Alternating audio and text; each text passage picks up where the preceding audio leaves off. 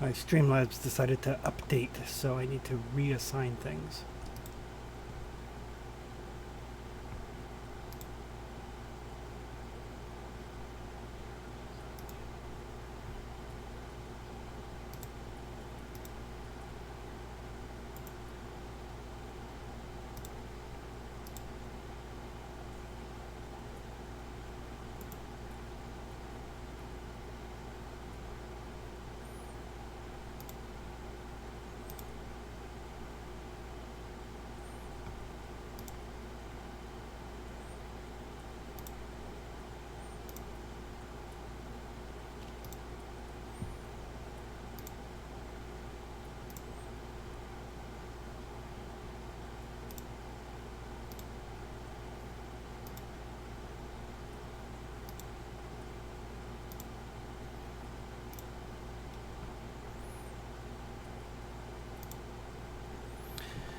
There we go. Had to re-add all of my sources for streaming, so. Huh.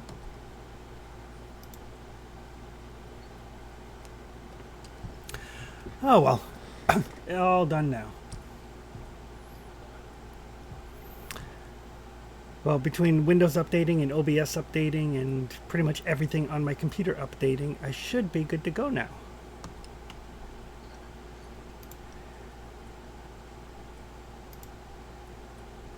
Oh well, such is life.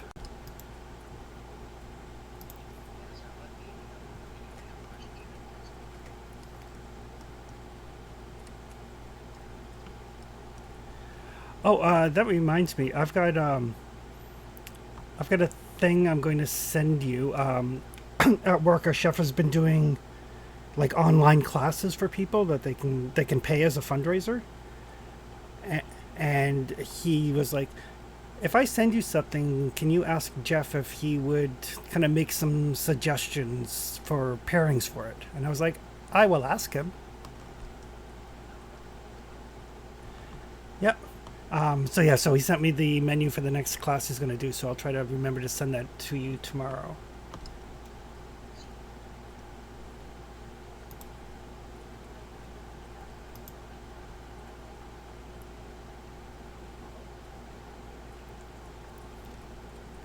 Yep, that's exactly how it works.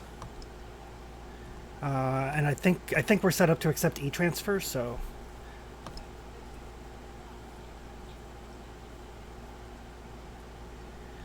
yep, yep. There's kind of two options. You can kind of follow along live as he does it. That way, if you have any questions, you can ask, or you can get the video after the fact and do it that way, or both.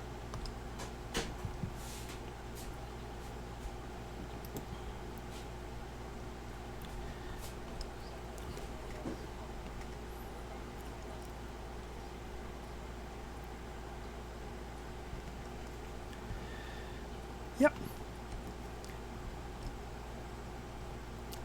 Perfect. And once Anita logs in here, I'll do a quick update so you guys remember where you were and what you were doing. If you look on Foundry under the Journal tab, you should have access to your to a more detailed write-up of your epic path, so you kind of know what the starting trajectory of it is.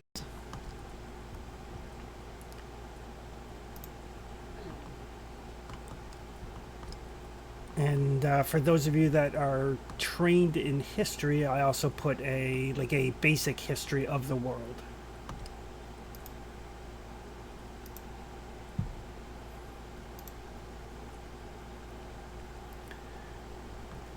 Alrighty, so okay, it looks like everybody is in. Alrighty, so last time you guys made your way to the Temple of the Oracle to Versi. To see what she had to say about whether or not you were actually the heroes that she prophesized. Ran into a little bit of a trouble since she had been captured by a hag sent by her father, by Sidon, to probably do something nefarious with her. It rescued her, made a slight alliance with one of her priests who healed you up a little bit, gave you some healing potions as well. She did tell you a little bit of more information, or at least a direction in which to head. So for Agri, she had told you that her sister Demetria had information about the fate that has been laid at your feet, and that Demetria makes her home in something called the Mossy Temple, which is in the Old Woods. For Deacon, Versailles said that her sister also has in her possession an item with ties to a family that no one remembers, your family. Arathius, Versailles has proclaimed that you are destined to become the bane of evil dragons, but you have to seek out the Forge Keeper in the Mithril Mines to learn about the artifacts that you need.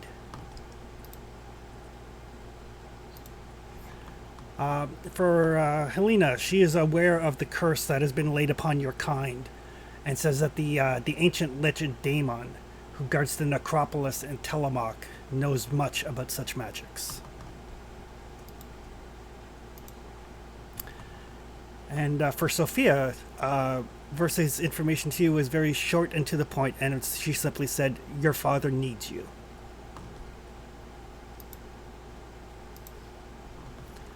But with that, you guys made your way from the Oracle's Temple back to the Sour Vintage, trying to decide what to do next.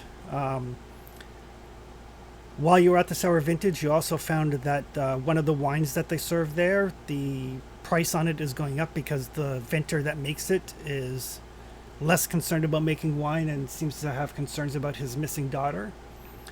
His vineyard is on the outskirts of the city of Astoria, which seems to be where your paths lead anyway, and there was talk about stopping by to see what he may have to say.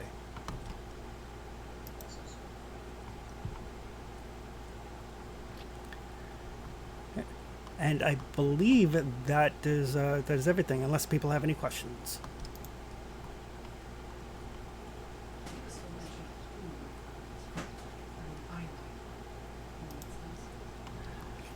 No, there was not. She simply said, "Your father needs you."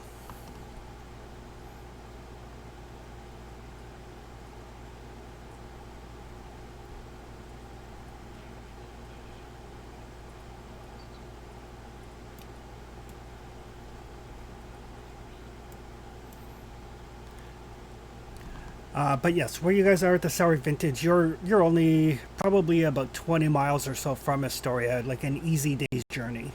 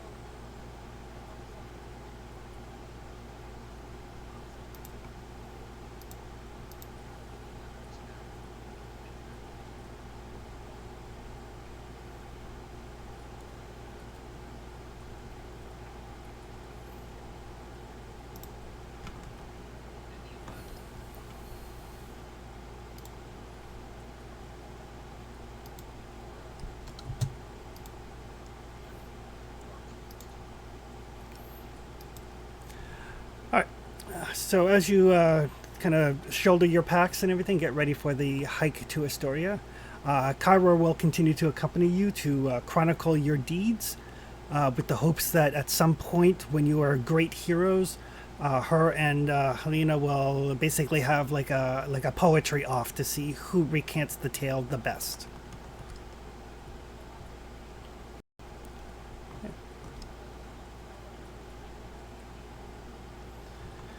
Excellent.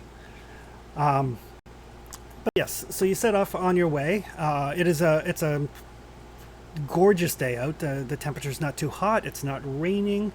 There's a slight breeze. It's very pleasant travel weather. and you guys make your way fairly quickly, following like well-known roads. There is a fair bit of travel between the taverna and the city, so the roads are well traveled, and there's other travelers along the way. There's merchants with carts and people just going to seek their fortune in the city, all of that sort of thing. Pleasant enough. You can travel with some of them to pass the time for a bit. Otherwise, you travel on your own.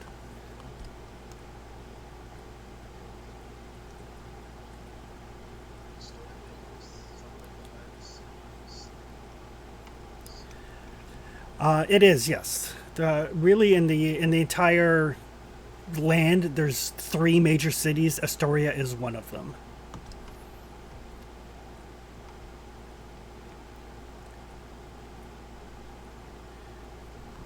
And it is well known that Astoria has been for 400 years been the domain of Pythor, the god of war.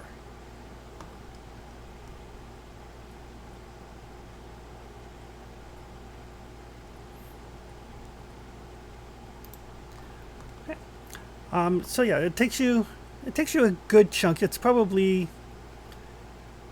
late afternoon by the time you start to arrive to the kind of the fields outside of Astoria, and as you get closer and closer to the city, the grass is drier. The fields are definitely more fallow. It definitely looks like there is a drought of some nature happening in the area, but it's weird that it hasn't stretched further. It's almost like there's a very, very clear line of like demarcation of where the drought is and where the drought isn't. It's very clear. It's not a gradual segue into greener pastures.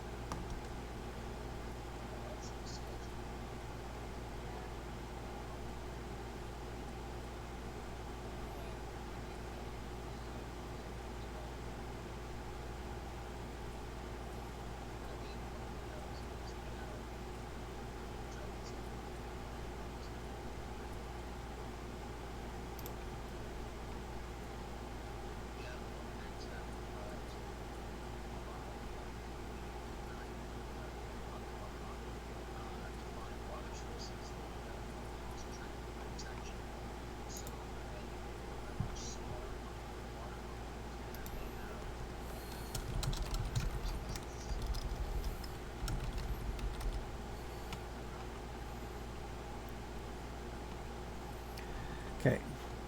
One sec here, I'm just testing. Apparently on Twitch, people can't hear you guys.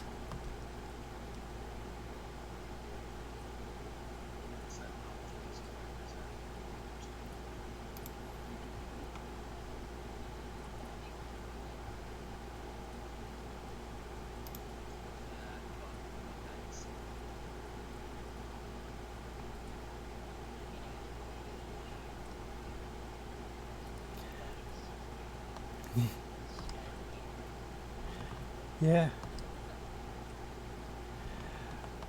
Yeah, I'm just trying to find out if people can hear us or not.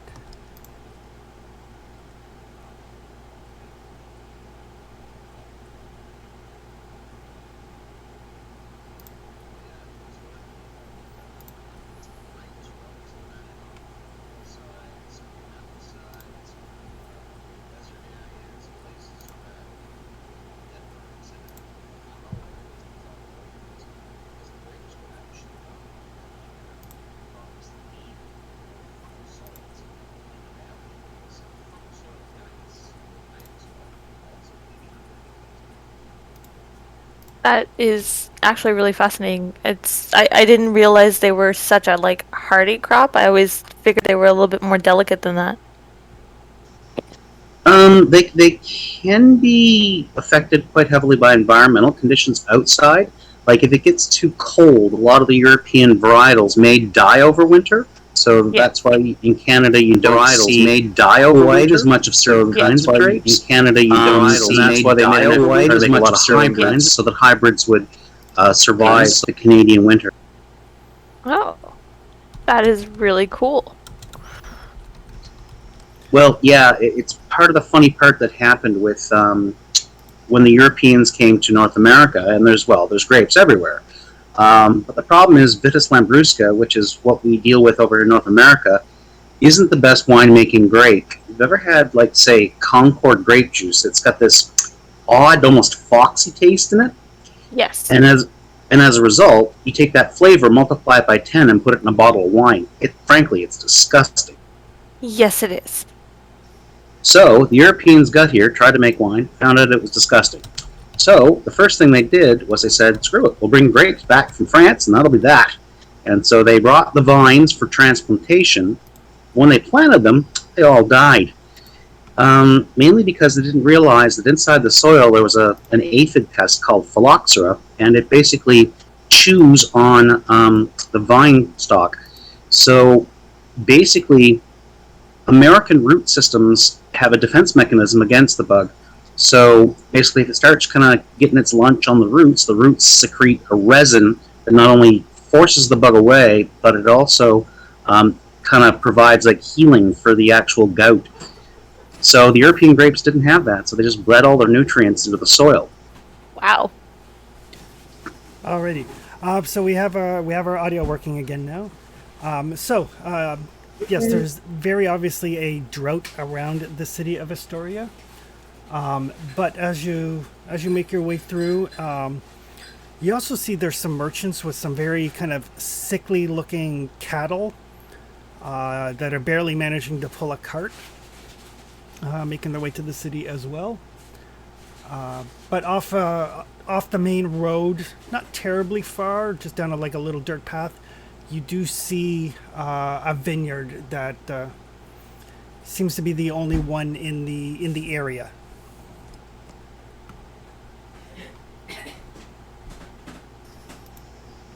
Cool. Well, I think that's where we need to go.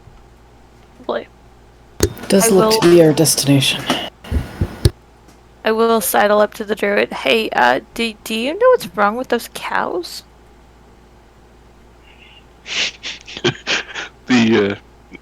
Agri kind of chuckles and laughs a little bit. Chris, survival? Nature, actually. Okay, I got that too.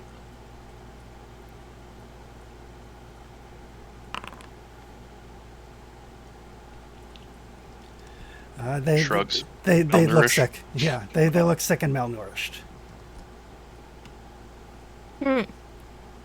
Lack of crops, Agri says. Well, I guess that would make sense. If there's a drought, then there's no grass for them to eat. But there's plenty of grass. We're walking over some right now. I don't imagine the yellow crunchy stuff tastes very good. Or provides much in the way of life-giving. So the merchants or the cattlemen kind of overhear you and say, like, well, they're not giving us much milk and there's not much meat on them, but they'll still bring a price for sacrifice. So Oh, there's always that. At least you get something out of them. yeah, probably not what I paid for them, but I can't afford to keep them. So What does a head of cattle go for lately? well, they're bringing a big petty because the sacrifices are. The Order of Sidon is ordering sacrifices be increased to appease him. So cattle brings a good price. Couple of gold ahead. I thought I read somewhere this town was dedicated to Pythor. Well, Pythor's the king, but everybody sacrifices to Sidon. If you know what's good for you.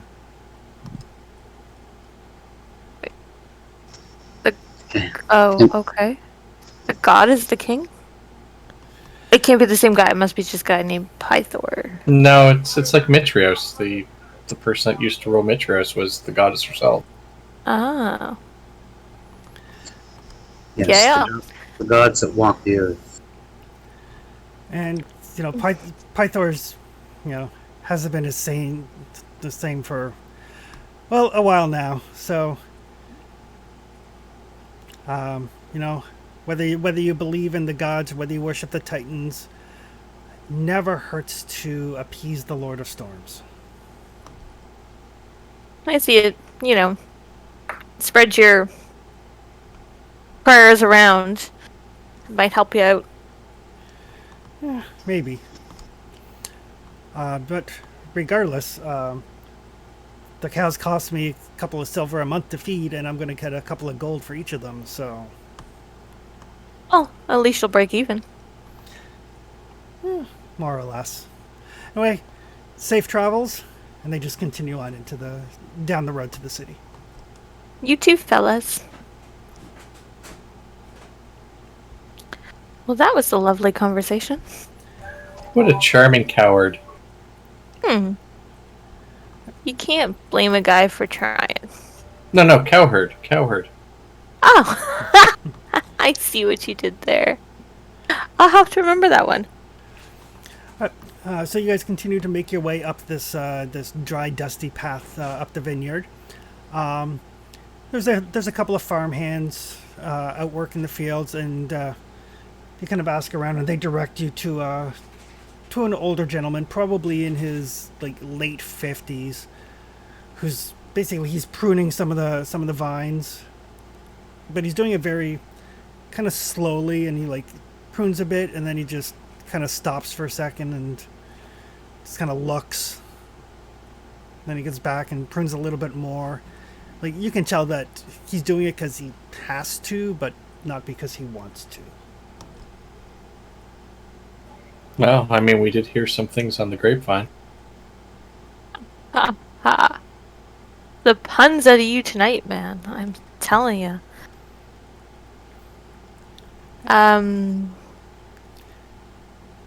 I guess I'll go up to the farmer. Priestess, would you like to come with me? You're probably better at the whole consoling from the religious side than I would be.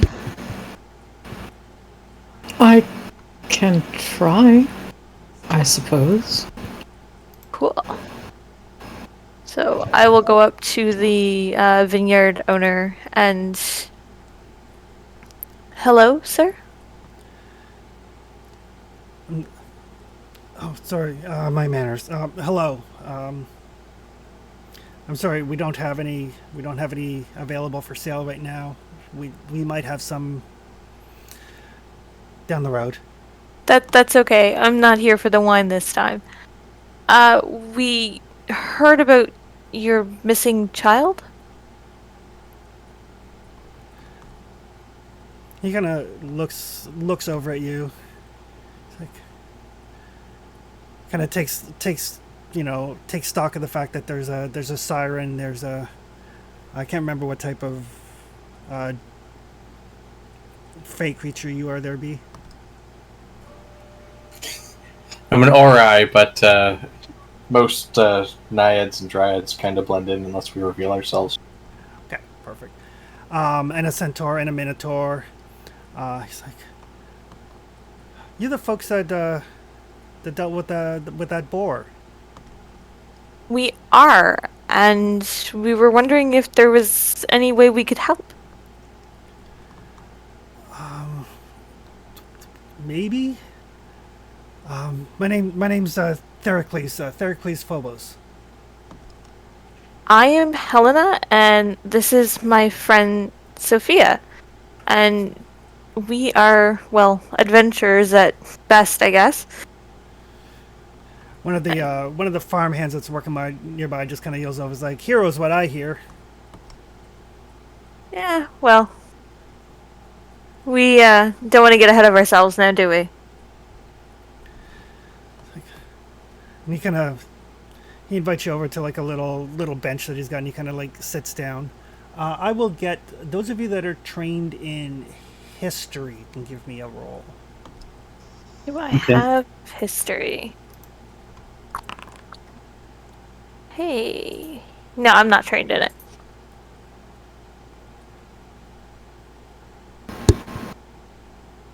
Let me see if I remember how to roll dice. Look at that, Deacon.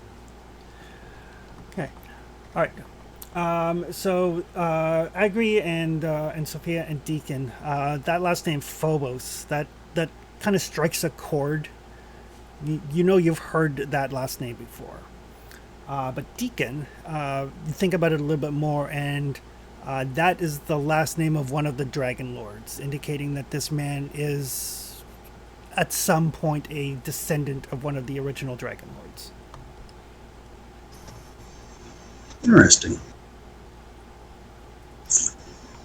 Fellows, it seems that we have a descendant of an original Dragon Lord here. Very interesting. Dragonlords. How is their relationship with dragons? It's well known that the Dragonlords were basically partnered with dragons. Each Dragonlord had a dragon that they were oath sworn to protect and to work with. Yeah, I'm just playing up that nymphs don't know as much about the world and are just trying to learn everything. Gotcha. How far are we on the bench away from Deacon and everyone else? I mean, I imagine Sophia and Helena and Theracles are probably seated on the bench, and the rest are probably standing nearby. Within earshot. That was what I wanted to check. Yeah, my daughter Karina, she's been missing about a week. She disappeared. She had gone into the Old Wood, and we know we're not supposed to go into the Old Wood. Everybody knows you don't go into the Old Wood. But she said some friends of hers had gone missing, and she went to look for them. She was concerned for their well-being, and I should have gone with her, but I couldn't get away here, and I told her not to go. I told her, it was dangerous, but well, kids.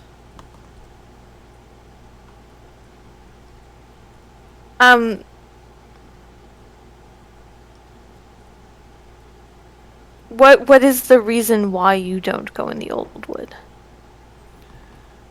There's creatures in there. There's evil in there. There's druids in there that sacrifice. There's some that still worship Litharia. There's many reasons not to go. Sounds like fun. Well, we will see what we can do about recovering your daughter to the best of our abilities. Well, I appreciate that. I can pay you. I do. I have some money. All right. We have some business to look into in town, and then tomorrow morning, guys, into the woods. No, we were gonna have to look into the woods very soon anyway. Okay. Thank you, sir, and we will be back to let you know what we find. Well, thank you. Good sir, have there been any others that you have made the same offer to? No, they're not. Heroes are in kind of short supply, and like I said, sensible folks don't go into the Old Woods. Fair enough. Well, lucky for you, I've never been accused of being sensible.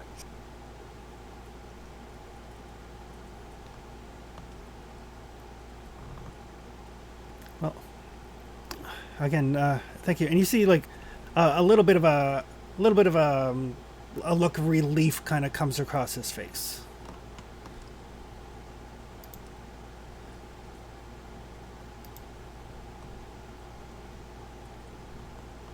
And he will excuse himself and get back to work.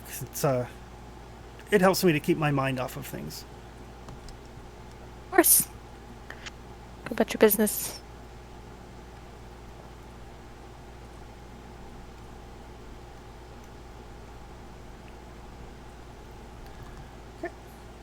So I wait till he's out of earshot, and then I'll look to the rest of the party. Do you guys think that his daughter going missing could have anything to do with him being a descendant of a Dragonlord? I doubt that it's coincidence. Yes, it's certainly possible. Agri shrugs. Doesn't explain the friends of hers, though. No. But it Unless could be was she chose crap. to go. She could have chose to go because of the call of her old blood. And it's quite possible she may make a valuable sacrifice.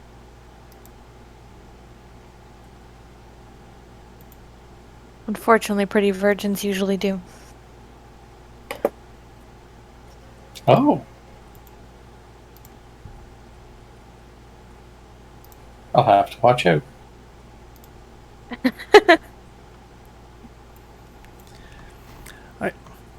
So you guys are continuing to make your way to the city? Yes. I assume. Yeah. Yep, Sophia follows along. Yep. Where is this old wood? It is to the south. Probably maybe 2 days by foot. Okay, we can stock up in the city, do our business, and then head down.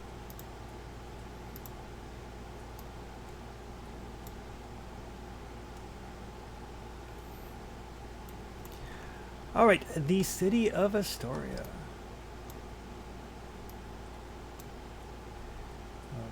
Put a party token there. It's hard to see. You guys are coming in from the northeast gate.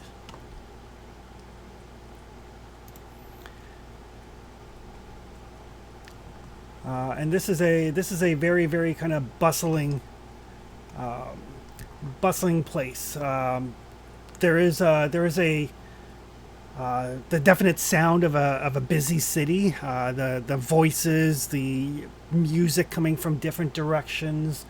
You can smell the animals. You can smell the kind of the floral scent of the nearby like gardens and things. It is definitely a very bustling city, and for a lot of you, probably the first large city you have actually been in.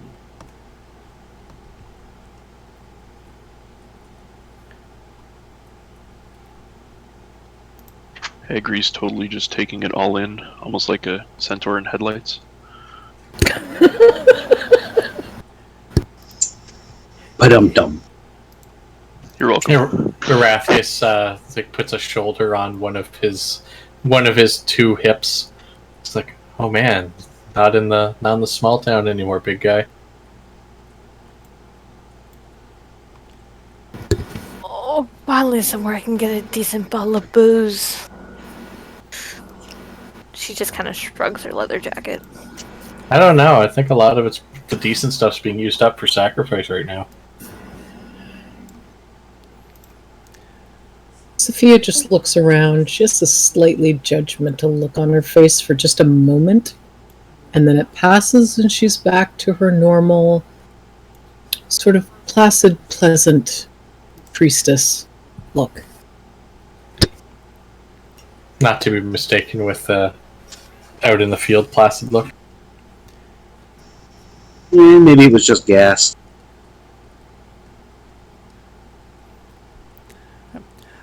So as you make your way through the gate into the bustling city,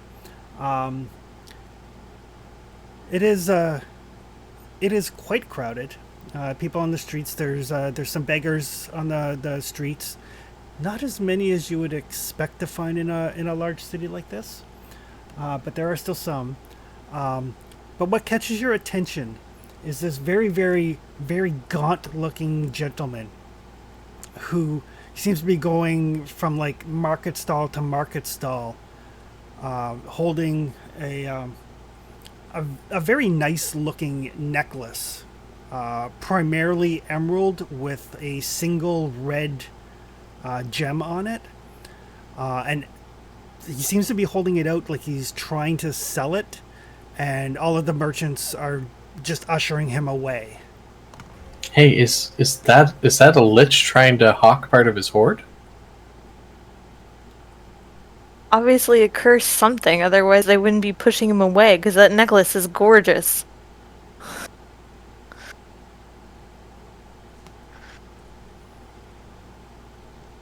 I wonder what he's claiming it is. We could go ask. Perhaps it's more about the person selling it than the item itself. That's entirely possible, too.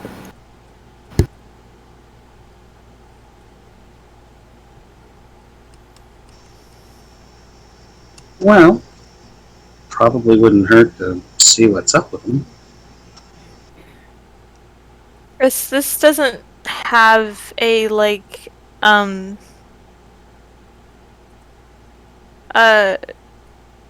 I just lost the word. Oh my god. Where you try to find out the price of something. Haggling? Appraise. No, appraise. This doesn't have appraise, so what would I use to appraise the necklace? I would say, are you trained in... Actually, you're a bard, so you're a little bit trained in everything. So give me an intelligence check.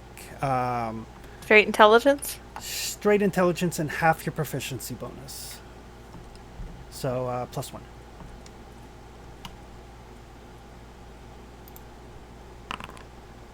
Plus one more to that, because I don't know how to add the +1. No problem. You're not entirely sure if those emeralds are real. You're looking at probably 1,000, maybe more. Okay, so it is at least a pretty penny, and it is weird that they're turning him away. Yes, absolutely so. Yeah, no, that necklace is gorgeous, and it is worth good money, so there's no reason they should be turning him away unless there's something wrong with it. Well, let's go find out. Sure, but I ain't buying it. So you make your way over, and you can see, like, this gentleman, and judging from the conversation you overhear from the merchants, that's a lot of, like, I've already told you. It's like, I told you the same thing last week. He's like, please, I haven't eaten in 2 weeks. Just somebody, please. And he sees you, he's like, ah. And he comes walking up to you, and there's... You can almost smell the impending stench of death upon him. Oh, the fates call to this one. Does he seem to be suffering from some kind of illness, or is it just seem to be malnourishment? It looks like severe malnourishment. I don't want his necklace, but I'll give him food. Sir, we can feed you if you need. Please, just one gold. That's all I'm asking. I'm not going to take your only possession, but I will give you food. Just a single gold coin. That necklace is worth far more than a single gold coin. Why are you trying to pass it for just the one?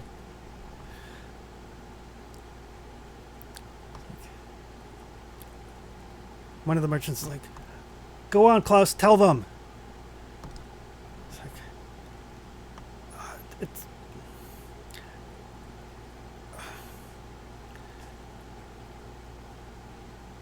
it's. I stole it. Stole it from where?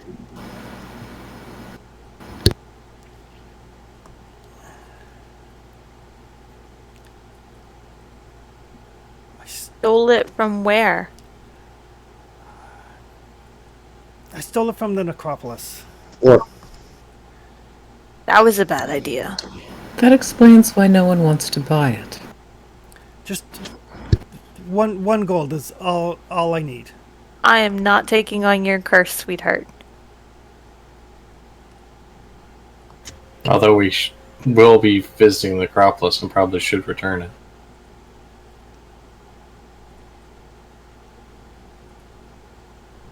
See that 1 gold, it's yours, and then you can return it.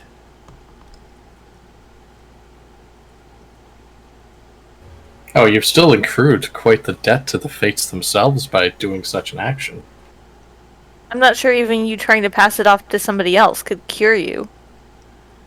I mean, I'm not the person you would ask, but... What do you think, Sophia? Would it be able to cure him if he sold it? Or got rid of it? Or would only returning it cure him? What do I think, Chris? Make a religion roll. I'm rolling terribly today. You know that returning it will probably break the curse.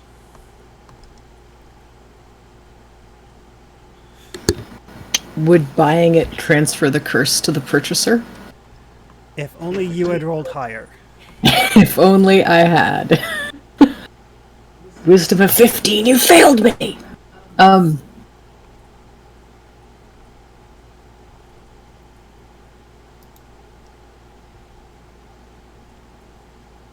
I would Tell you- not test it. Tell you what, friend.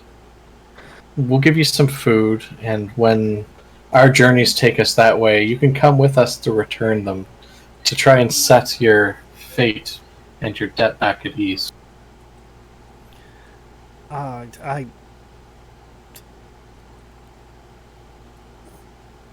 Give me a persuasion check. Man.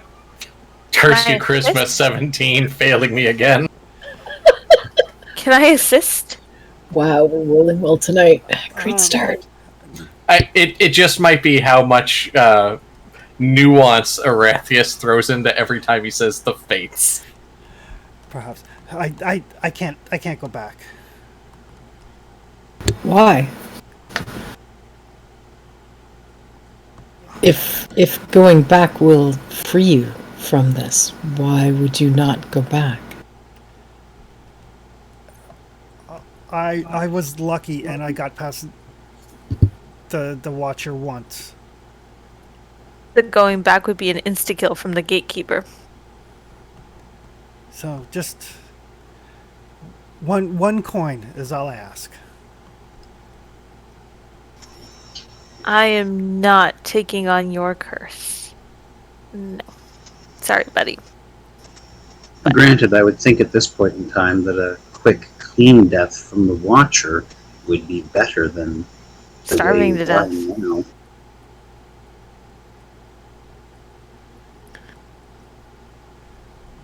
Sorry, bud, but the only way out of your hole is to do the right thing. Maybe if you Return show what you took. proper, yes, maybe if you show proper penance, that perhaps you will actually be granted forgiveness and not killed. He seems to be mulling it over a little bit before he kind of wanders off and starts harassing the merchants again until finally the merchants kind of like signal for the guards who come and basically drive him off. I'll just call out to him. By seeking to avoid this, you simply hasten your fate. If Buddy's dead one way or another, why not make it quick and clean?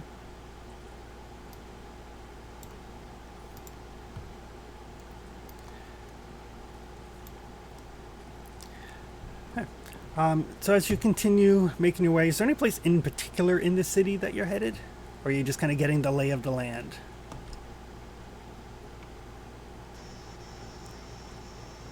Well, I mean, ultimately we have to find what Mitra is, it not?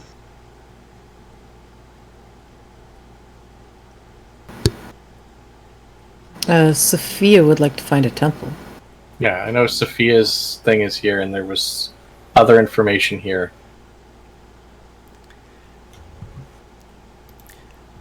Something about either the Mithril Mountains themselves because of the overall path that we need to follow, not the epic path.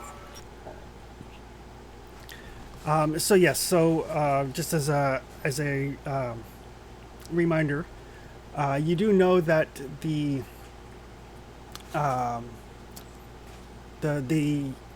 tasks put before you by the Oracle that you have to achieve before you're fit to face the Titans. Is to claim the weapons of the Dragonlords from the necropolis, light the fires of the Mithril Forge, which was used by the dwarves to construct weapons in the First War. And a drink from the dragon horn. Right. Kyra was able to tell you that there's a clan of dwarves in Astoria that work the local copper mines, and they may know the stories of the forge. And that the horn is supposed to be kept at some place called the Dragon Shrine in Astoria as well.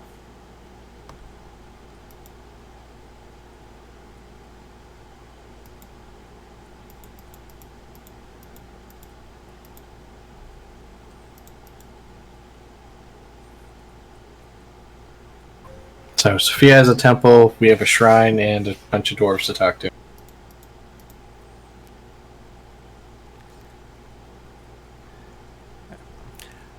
So as you kind of ask around a little bit there, Sophia, you find that there's no shrine in the city other than the Dragon Shrine.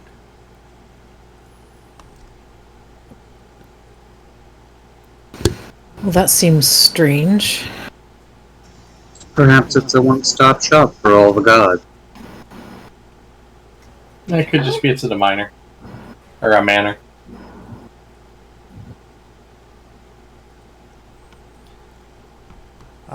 But yeah, basically, when your god lives in the city, you generally don't have shrines to them.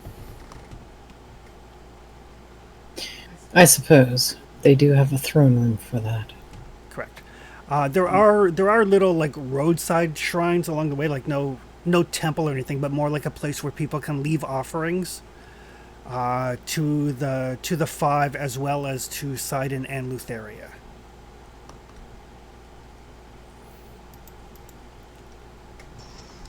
Sacrificial drop boxes.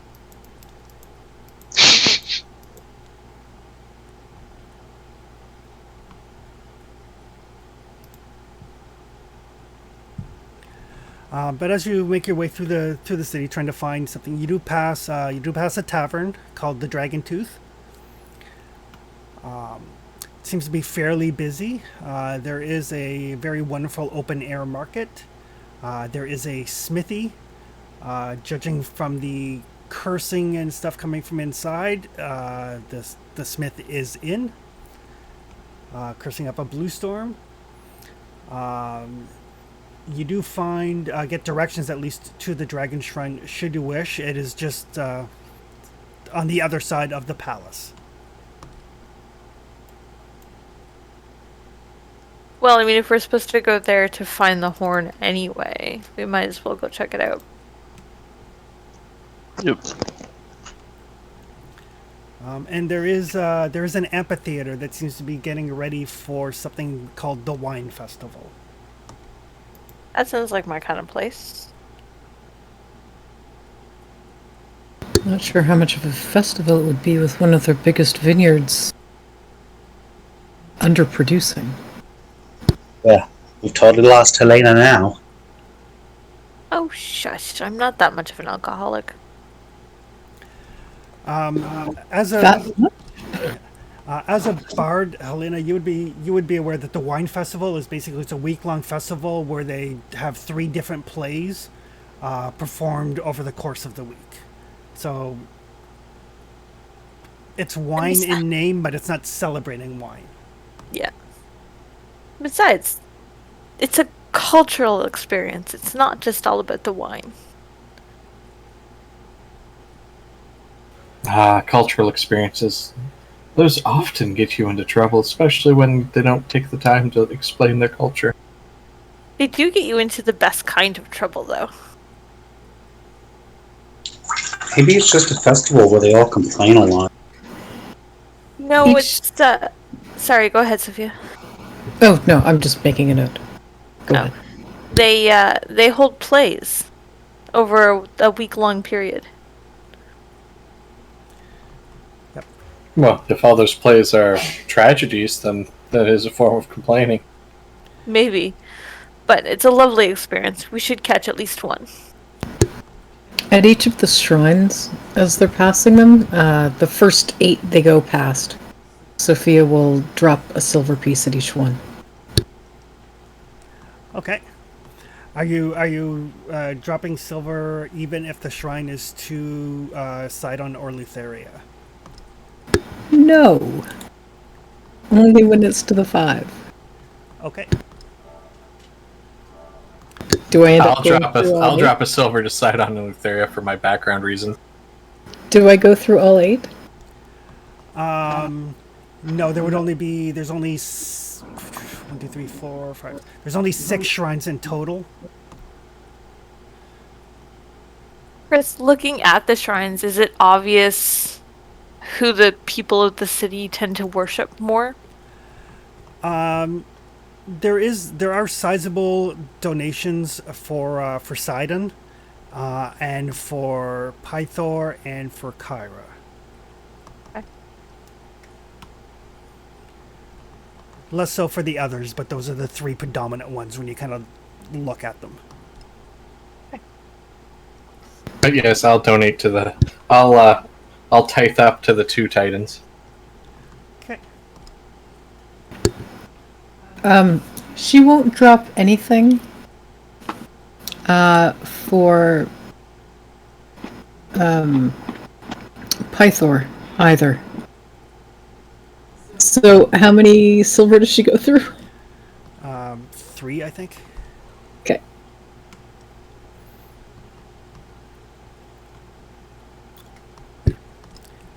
So looking at the playbill for the wine festival, the 3 plays that they are presenting are The Fall of Estor, The Plight of Polenia, and Pythor and the 5 Sisters. Fall of Estor? The Fall of Estor. What are the other 2? Sorry, Chris. The Plight. The Plight of Polenia, Pellenia. And Pythor and the 5 Sisters. That sounds like a rollicking good time.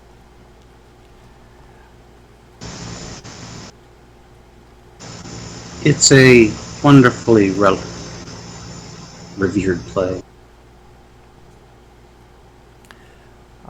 So since you have a bard with you, both Helena and Kyra can let you know that The Fall of Estor is a tragedy about the last days of the First War, which shows when Estor sacrificed himself to save the crew of his ship, the Ultros.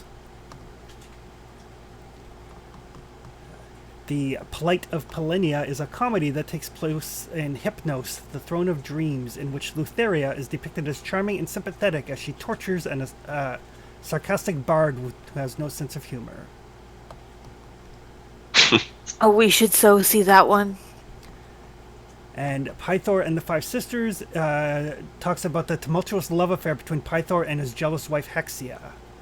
Pythor is generally in this depicted as basically a well-meaning but bumbling idiot who accidentally becomes king.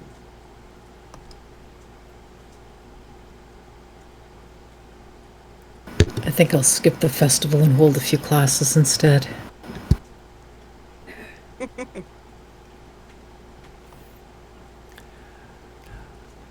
Alrighty, so yes, so you guys have passed a tavern, you have directions to the Dragon Shrine, and you've seen the blacksmithy. There's not a whole lot.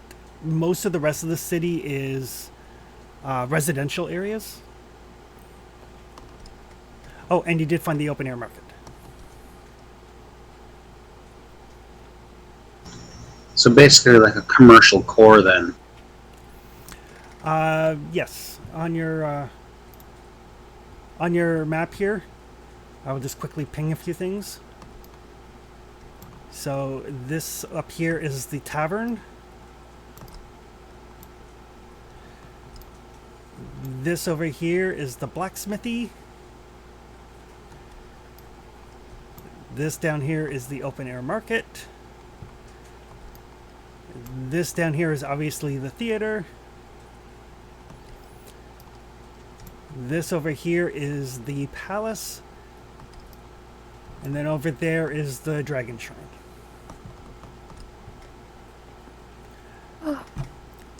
most of the rest of it is taken up with residential stuff. So, do we want to go to the shrine or do we want to go to the tavern? Because the dwarves are probably going to be at the tavern with their mine workers. Fine horn. What time of day is it? It's still early, right? It was late afternoon when you got to the vineyard, so by now it's probably closing in on like supper time. Okay, then yeah, the dwarves are more likely to be heading to the tavern. And the dragon shrine might be closed to visitors. Tavern it is then.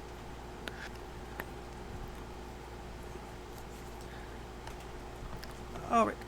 So you make your way into the Dragon Tooth Tavern. It is made of carved white stone.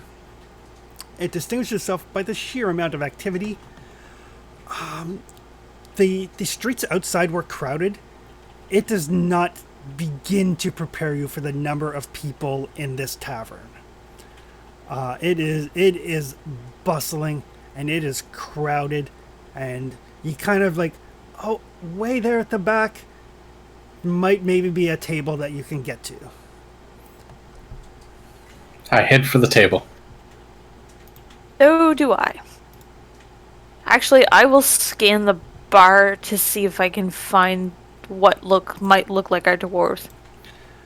There are numerous dwarves here. More importantly, can this table accommodate Sophia and Agrius? It's crowded, but people are polite enough to make room. There's a bit of grumbling. It's one of those things where you either make room or get your feet stepped on by hooves. Yeah. And we totally will. Yes. There's some of that, but there's also there also you see some fear in people's eyes when they see Agri.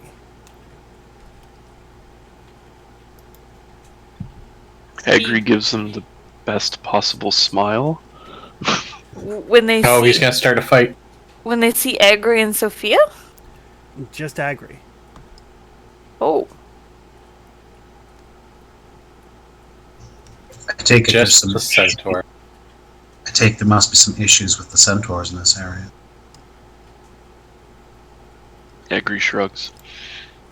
I imagine that the plains to the north probably have a few different tribes. I think he's a local. So there is menus are presented to you, and you can overhear over the din of conversation. You can pick out things here and there. What doesn't somebody give me? Roll me a D8, just somebody.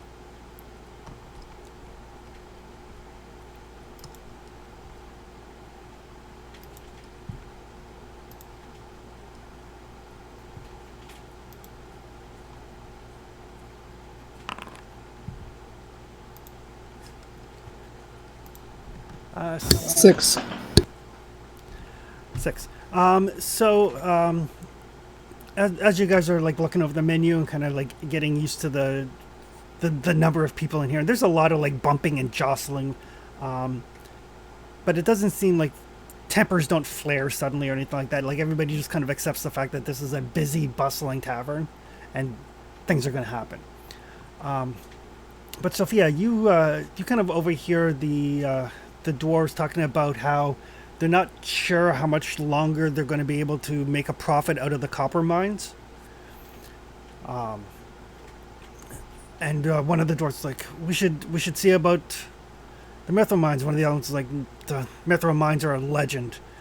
The first dwarf's like, no, they're not. My dad saw them. It's like, your dad's a drunkard. Doesn't change the fact that he saw them. Kind of a back and forth sort of thing. How far away are they? They're probably only a table or two away from you. Sophia will take a step sideways because she's 7 feet tall, and just sort of lean in. Could I meet your father? What'd you say about my dad? I'd like to meet him. Oh, he's been dead for like 20 years.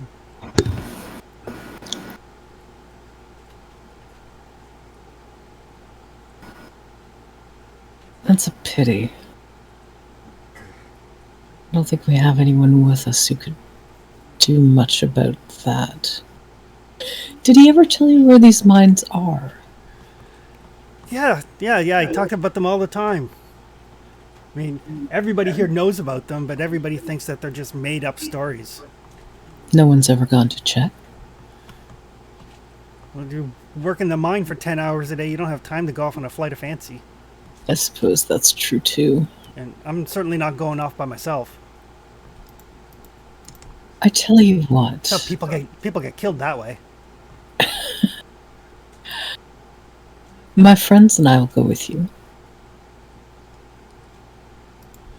He kind of looks over.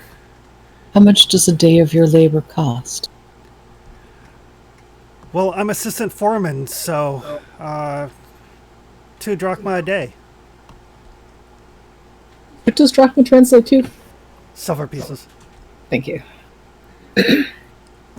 I'll pay you twice that.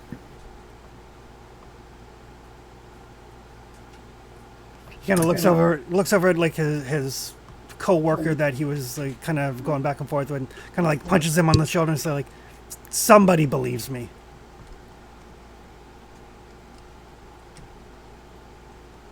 Sophia will smile, her best little priestess smile.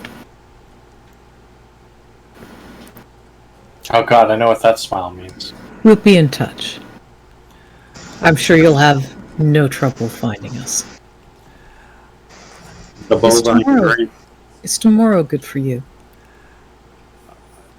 Are you going to start paying me tomorrow? Yes? Tomorrow is perfect for me. Wonderful. She'll go back to her table.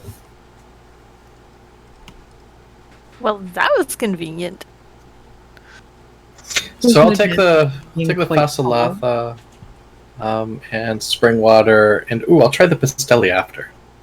Excellent. When you're tall and you can overhear them and reach them all at once, it's handy. Now and then. And look vaguely threatening while doing it? Yeah. Only it's great. vaguely.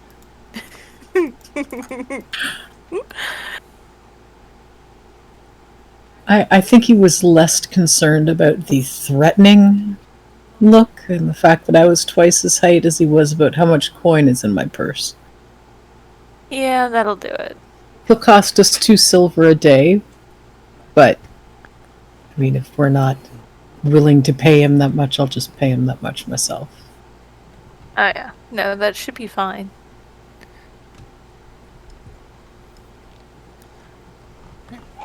So that's quite the moment you two lovelies shared.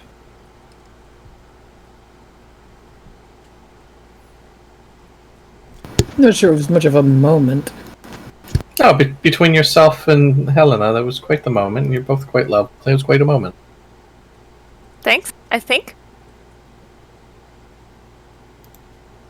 Sophia gives him kind of a puzzled look and then leans over toward Agri. What are you ordering? Goat sausage. And spring water. Surprised you're not ordering the Horde platter. What is on the Horde platter, by the way? Just wondering that. Sophia just kind of raises her head and asks the room. The Horde platter is an assortment of roast meats, sausages, vegetables, fruits, cheese, bread. It is a platter. Like they you look over and some of the patrons just kind of like point, and over in the corner there's a couple of people. You think they look humanish, or at least human adjacent. But yeah, there's like 2 of them, and they've got this huge platter between them, and it looks like they're having a hard time finishing it off, sort of thing. It looks like the sort of thing that is meant to feed a table. Oh, I want one. Yourself? Seems like it's a table dish. I'll share a little. That is far too much meat for me. It's got fruit and stuff on it too. Well, whatever I don't eat, I'll just pack and take with me. I suppose that's true. I will use as trail rations later. And the food is excellent. You can tell like part of the reason why this place is so busy is because of the quality of the food. For Arathius, the pastelli is particularly lovely. Pastelli is almost like a honey sesame biscuit. Just so divine. I'm interested in the sardines with oregano garlic. I am also gonna get the Lucamads and a pitcher of wine. Excellent. Luca Mods is like a very early version of baklava. Oh, so good. So good. I mean, when I put together these tavern menus, part of it is like, I should make that. I've had Lucamats. Excellent. They And I'm not gonna lie. Sorry, go ahead. I was going to say the recipe for them looked amazing. You should share it with the group, Chris. Sophia will order the fasalatha, the chickpea and pear salad, and one of each dessert. Okay. They were made by this lovely Greek lady that happened to be the wife of my soccer coach. That's awesome.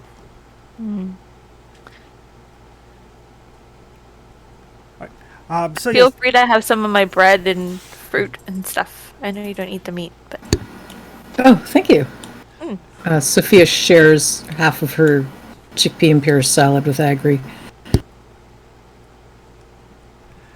So yes, so they bring along the food for everybody, and then they bring out, like, it takes a couple of servers to bring out this platter that they kind of have to clear some space for on the table. Hey, Chris, is it 10 drachmas to a gold? Yes. Thank you. Yeah, conversion rates are still the same. But as you finish your meal, there is a little bit of a commotion at the front door,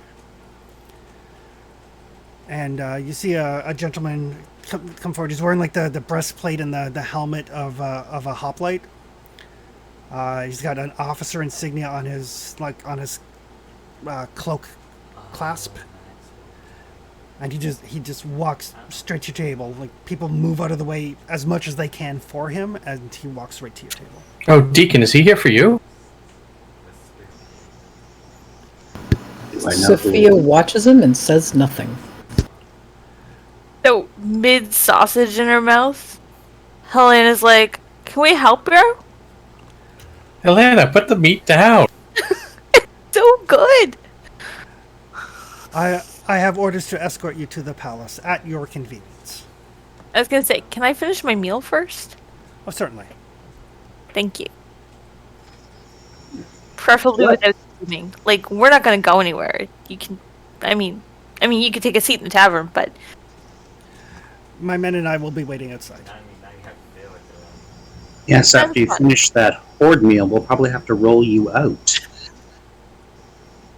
No, we could Do always try and shoulder it ourselves and carry it out so Sophia can. Yeah, Helena can eat while we walk. would you like a bite? It does look good. I think I'll dip some of that lovely crusty bread into what's left of my soup here. Go ahead. Like I said, whatever I don't eat, I'm just gonna shove in my bag anyway. So Okay. Are you trying to finish it to like make an impression, or are you just eating comfortably? I am trying to finish it to make an impression, and I feel like Sophia probably could. Except for the meat. Sorry, not Sophia. I meant to say Helena, but Sophia probably could too. I imagine Agri would put a scary dent in it too if he ordered one. Yeah, but he wouldn't stop eating when he hit the platter base. Okay, It's true. Give me a Constitution saving throw. Sure. Sophia will pick a To not piece throw of up. fruit now and then.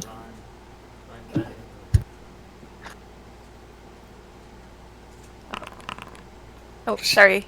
Well, the first one was great. The first one's great. The first one's perfect. The first one's the one I meant. Yep. All right. So the rest of you are astounded at the amount of food this siren manages to put away. Especially considering I'm the smallest of all of you. So I have to ask, where does it go? Oh, Sophia I'm guessing looks- interdimensional space. Sophia looks almost disturbed by the amount of food that she's packing away. It takes a lot to grow wings. High metabolism. Arathius is 5'8" and scrawny. That's... I mean, Sophia's like 7 feet tall, and she's She's built.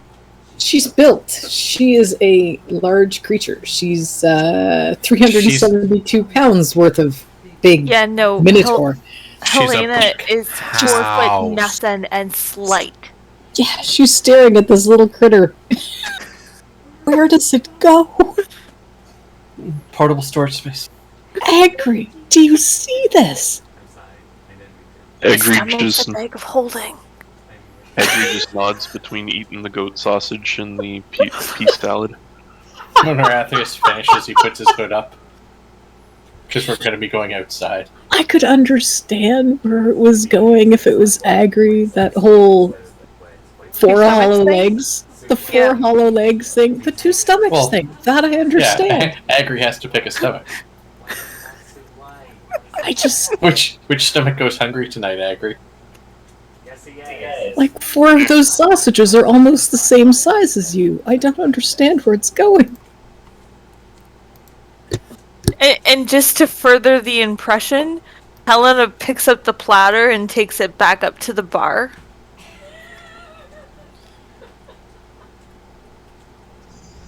Sophia seems to be doing her utmost to stay at this table as long as possible. She's eating slowly, making conversation, just delaying. Sophia, is there something you know that we don't? You seem to be reticent. I've spent all of my time with you for the past few days. I'm not sure what I would know that you don't.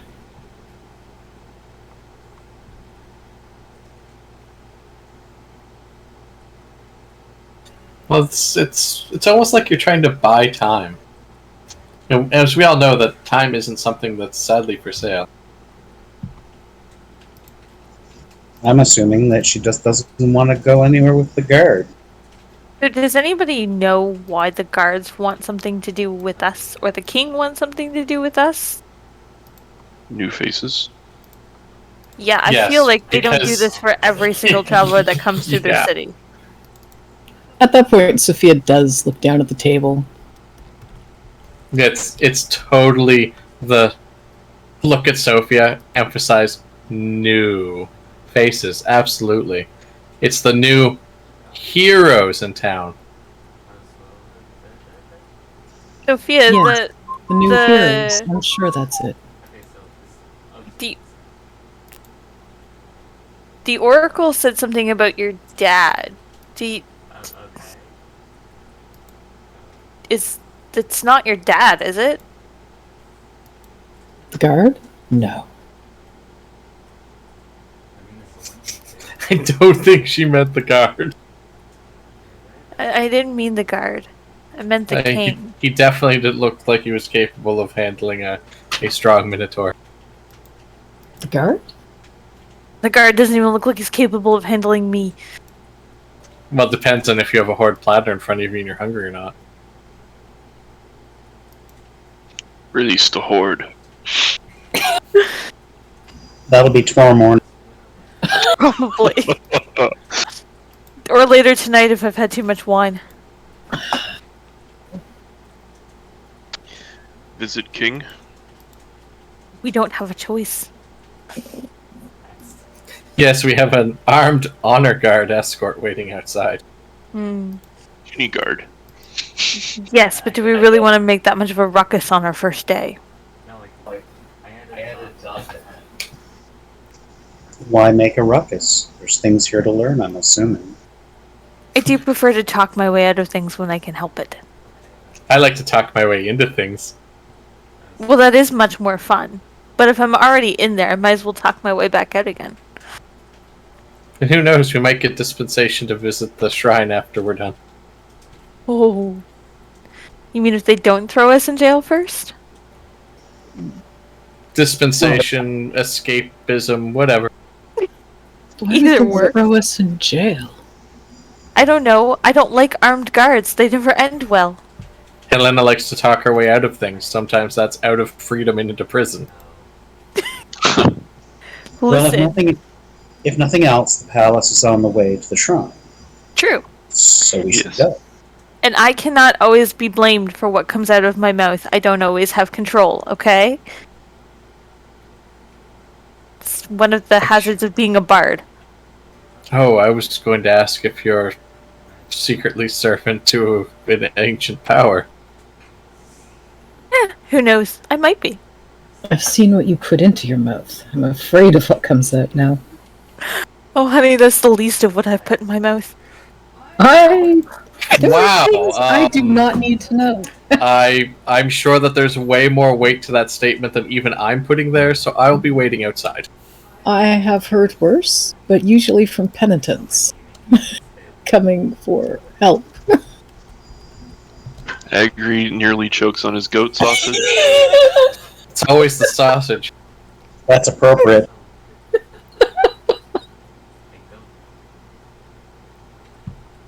I don't want to join the Arthur's outside. penitent. Deacon stands up and walks to the door. Helena's not penitent. She's quite proud of what she can do. Yeah, no doubt. Full horde platter. So as Deacon exits, there are about 12 hoplites along with their officer that are basically standing at attention waiting for you. Can Sophia see them from where she is? Like, can she see that when he leaves the room, or when he leaves the tavern, there seems to be like a dozen people surround him? Give me a perception check. Or join him? Hey,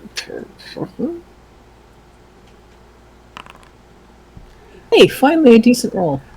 So you can kind of, since you're taller than pretty much everybody in here, You can see over most heads. you do see a number of guards waiting outside. Are they all sort of dressed for the occasion?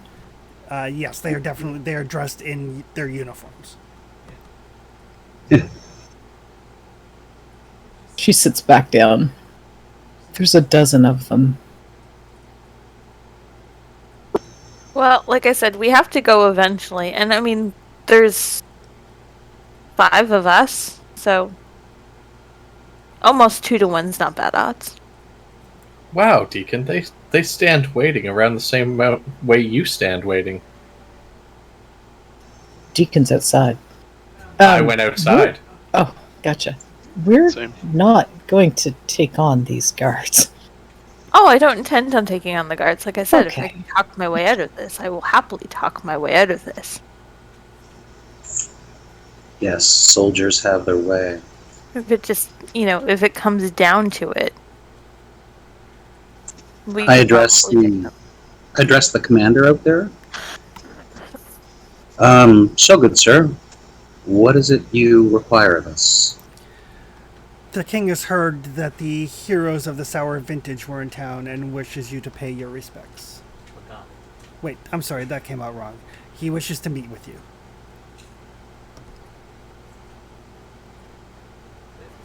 The second is much less intimidating. Thank you. I am working on. I am not used to dealing with people that aren't under my command, so I apologize. No offense taken.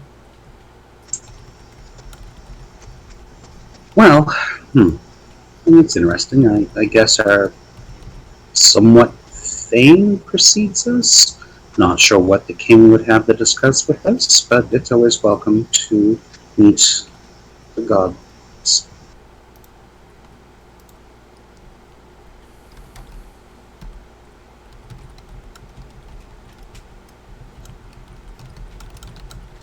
Well, I suppose the rest of us should go outside. Are you guys coming? I think everybody else is already outside. Except you and Sophia.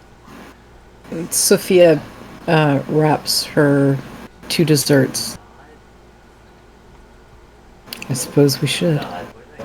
Helena will put her arm through Sophia's and just start singing like a calming song.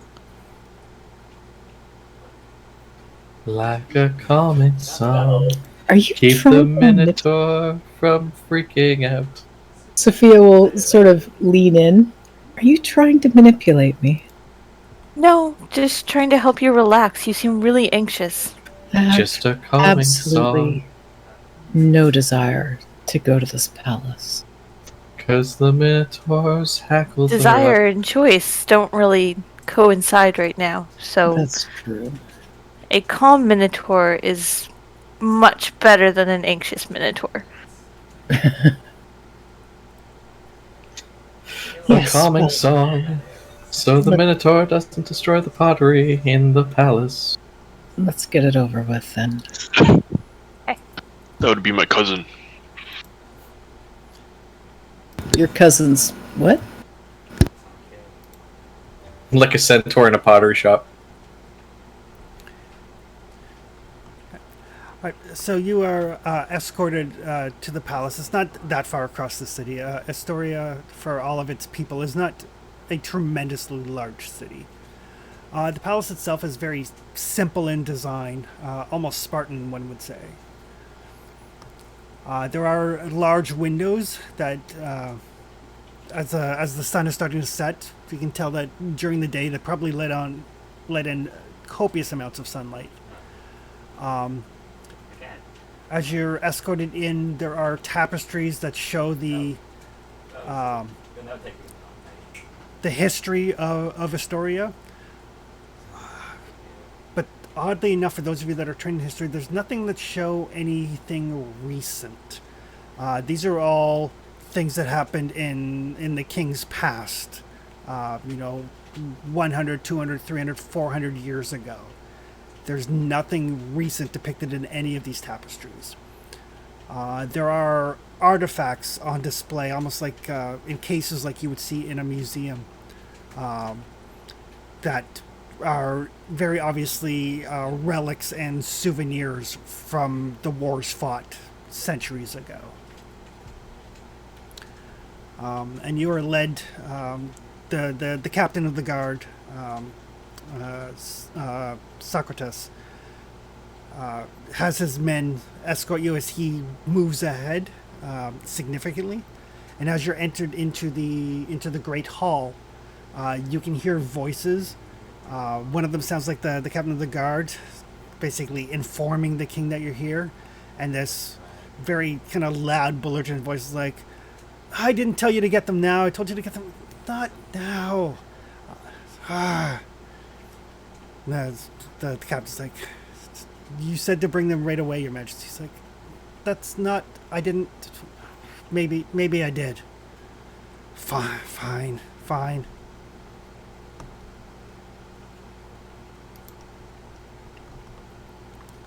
And as you guys are basically waiting, and the guard moves away from you, so they're not standing in close quarters with you. They're not within easy weapon distance of you. They back off and they kind of stand at ease and as non-threatening a way as a group of armed guards can be. And you see partially walk, partially stumble into the grand hall. And despite his somewhat disheveled manner, you are kind of momentarily awestruck by being in the presence of not only a king, but the god of battle. Oh, I kneel. Oh, big time.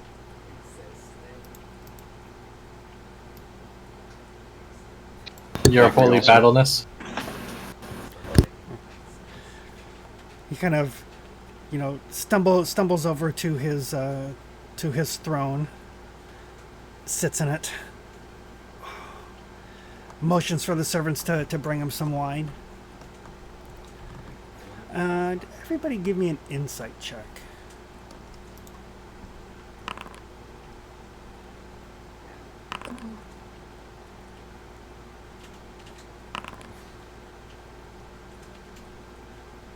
I know nothing.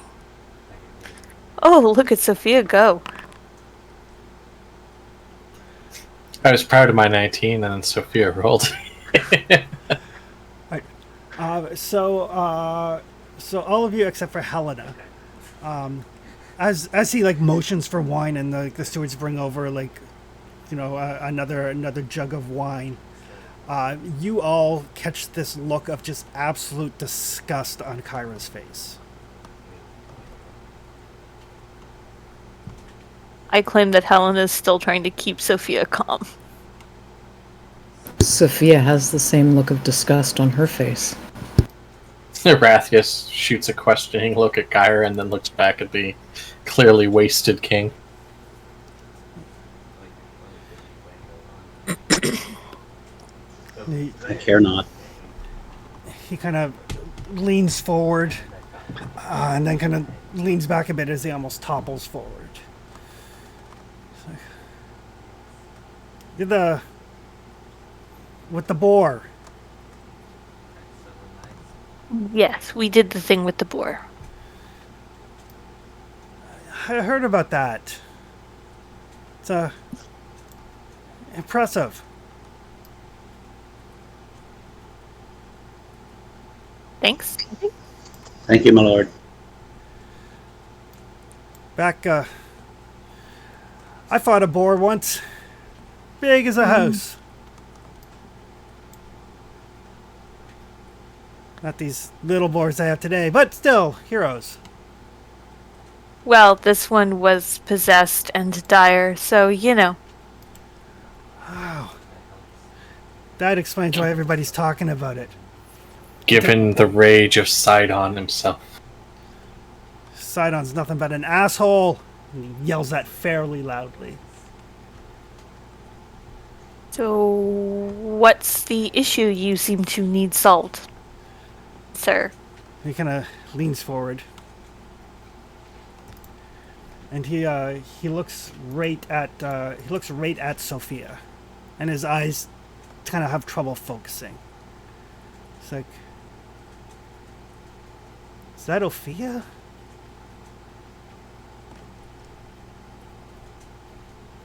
Sophia, do you know this man personally?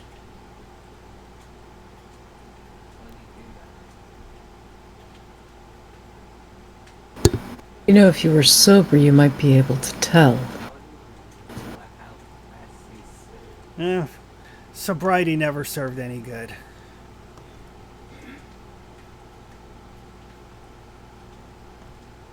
There was no reverence in her at all, either for him as a god or him as a king. The disdain almost drips out of her voice when she said that. Like, thanks to this Sorry, go ahead. oath of peace, wine is all I have left.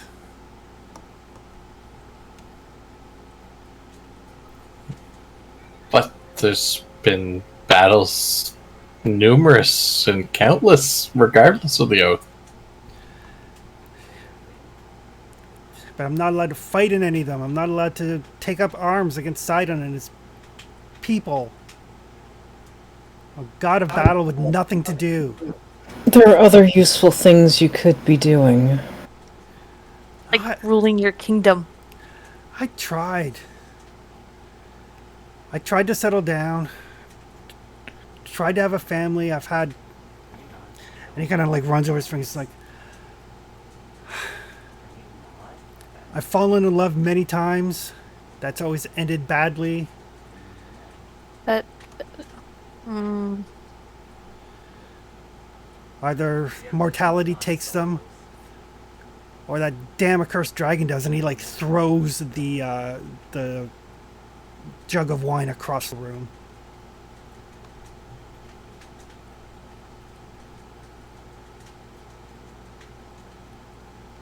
The dragon works for Sidon, and I can't do anything there. And now Sidon's demanded... He's demanded that I sacrifice my daughter. I thought the Oath of Peace prevented that. No, the Oath of Peace provides Sidon from attacking me and me from fighting him. Sidon can still demand what he wants, and whether you fulfill or not. And if I don't, he's already blighted my lands with drought. He has an army of centaurs on my border. Ah, see, explains that's why why they the don't look. like Egri. Egri stands up at that comment. So I either have to give her up or thousands die. So, yes, I'm entitled to drink. If you give her up, thousands will die anyway. Sidon's not the type to just accept one thing after and not come for more. The sacrifices appease him. Yeah, but the sacrifices seem to be getting bigger and bigger. Especially as the oath wears out. Sounds like a toddler pushing their limits.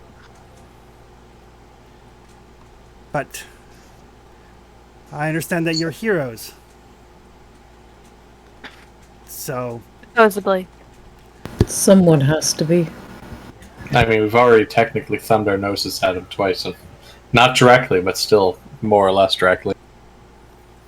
Yet, why does he seem to be the antagonist for this? he's mad with power. He wants all of the mortal races destroyed. He wants Oh, that sounds fun. He wants to destroy his mother Thylea for allowing the mortals to set foot here. Claim her throne, rule over everything. What Well, happened that to my seems wine? like a bad idea. You threw it across the room and smashed your jug. I'm Right. pretty sure that the attendants left following that rather than get smashed themselves. Yeah. Right.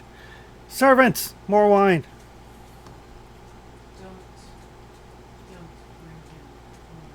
Don't Listen, I am not. don't bring him more wine.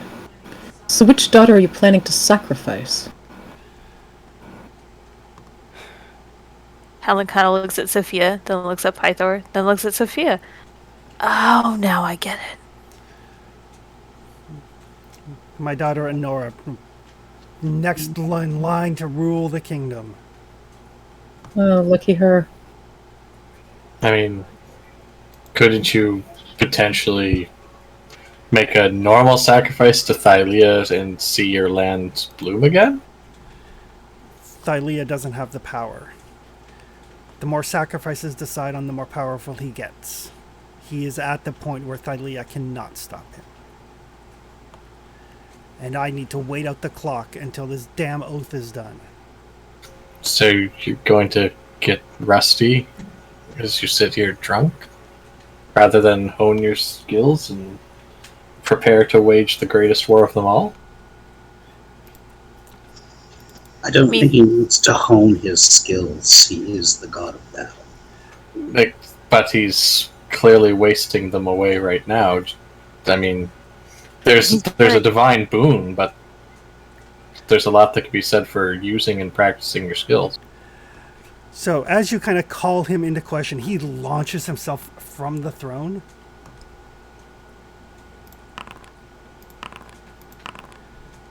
And is going to hit you for 25, 29, and 34. Oh yeah, those hit me like 10 ago.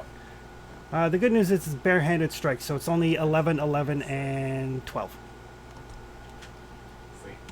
That was me. Have a good game, guys. So unconscious. Can Sophia try to intercept one of those?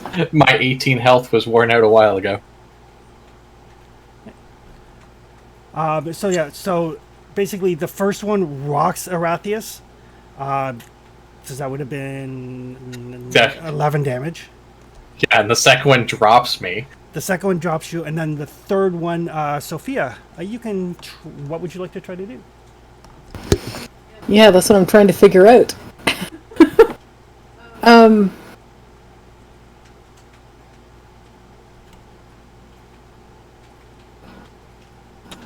Because there's no actual, like, defense thing in this game, is there?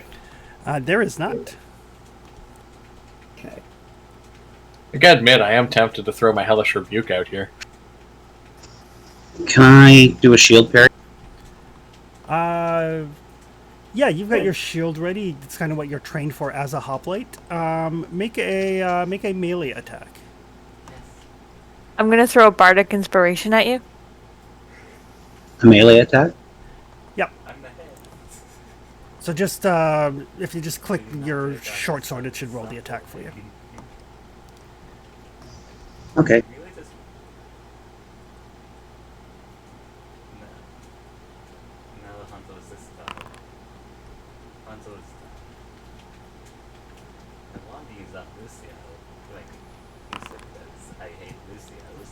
Oh, that's a great roll. All right. So yeah, so like with just one like motion, basically like backhands Arathius and then like punches him, drops him, and he's about to bring that fist down and just crush Arathius' skull. And Deacon manages to get the shield in. In the meantime, Sophia, what are you doing? I would like to... He's in far worse shape. Sorry. I'm actually, like, checking what my various things do here. I think if you throw a cure wounds on him, it brings him back up. Like immediately with the health. You just go straight from 0. Kind of what I wondered. After I block the third hit, no. He's a fool, but he has his uses. We need him. Where he has 0 hit points, would I have to do Spare the Dying first? Nope. Okay. In that case, she rolled her Cure Wounds.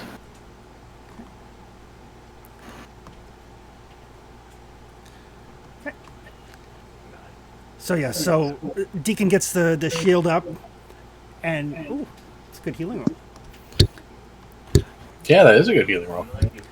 Gets that shield up, and that barehanded strike dents the shield. Listen, dude, you might be a god, but you trying to kill one of our friends is not going to make us want to help you. Yeah, and he turns on you. So, and give me an insight check.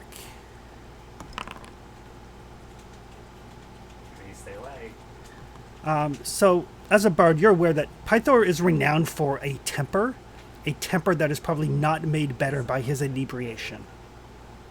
no. I am going to roll a persuasion with my last comment, if that's cool. Sure.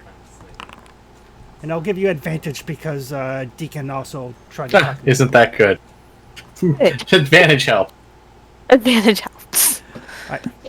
Woot. So he does stay his hand, and Sophia rushes over, and basically the healing from Valus kind of flows into Rathius, and his eyes flutter open. And you see Pythor kind of soften a little, and he looks at Sophia and is like, "You always were more like your mother." She looks back over her shoulder at him, thankfully.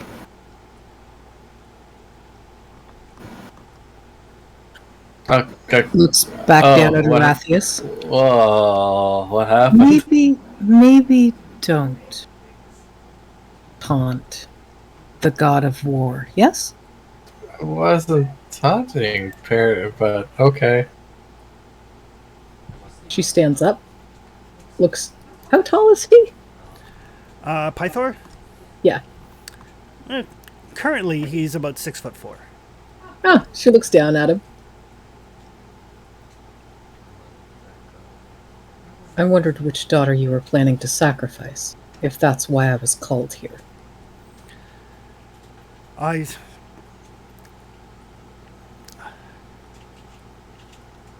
didn't know it was you. And You sit here drunk while my mother is missing. the dragon has taken. I've lost everything. And what you haven't lost, you gleefully throw away with I'm everything you take. gonna kill me a dragon someday. He looks over and is like, "Should talk to Volcan about that. My dad's got experience." Thank you. Will do. Wrath slowly staggers to his feet. I extend a hand and help him up. He accepts it, even if though you wind up probably pulling him a little too hard to his feet, so he hops. Your mother was she was the one that I wanted to spend my life with, but she didn't see things that way. Well, if you were this drunk, I can't say that I blame her. I wasn't then. But years have taken their toll.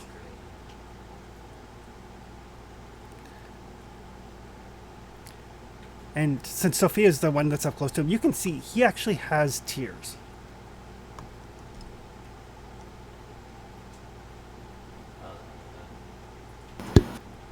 Sober up. And then we can talk.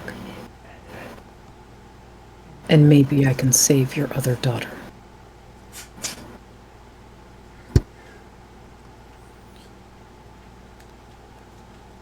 And my mother, if it matters.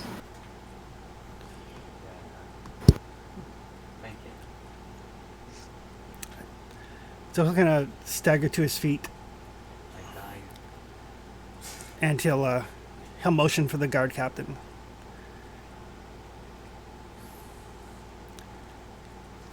And the guard captain comes over, and they kind of whisper for a second. The guard captain turns very smartly, walks out of the room. Pythor basically sinks back down onto his throne. It's like,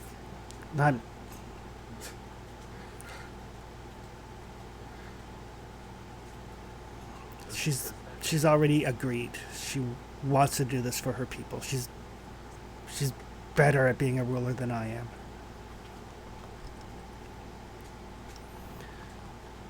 But the sacrifice Then maybe. isn't until the next full moon. So we've got a couple of days. You've actually got about a month. Oh, sweet. We've got time. Listen, I am all for giving it to Sidon. And at that comment, she ruffles her wings a little. But we need to know a little more.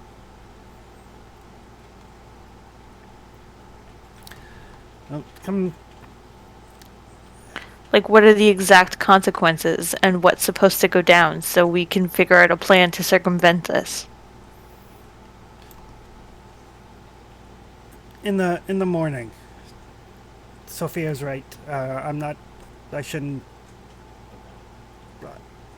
In the morning would be better. All right. But in the meantime, the captain comes back, and he's carrying a very ornate-looking warhammer, one-handed warhammer.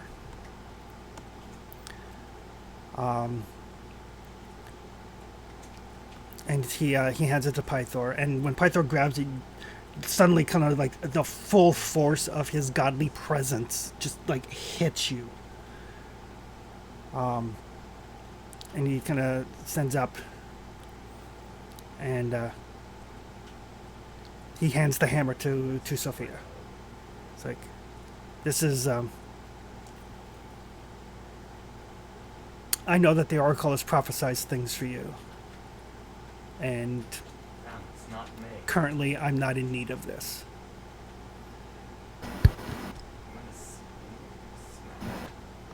But you'll be able to make better use of it than I can. She takes the warhammer slowly.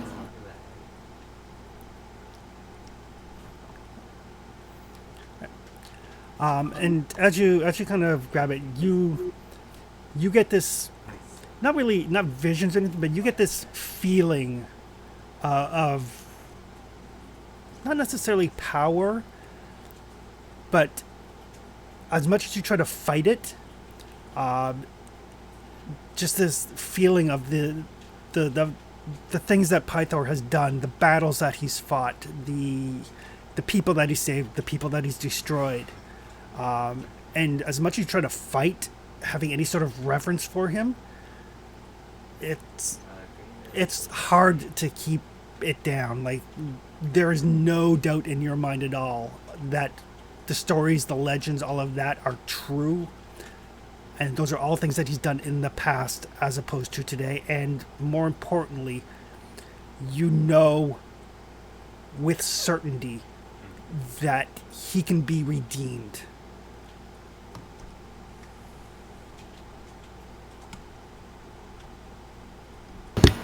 Look down at the warhammer for a few moments. And then look back up at Pythor.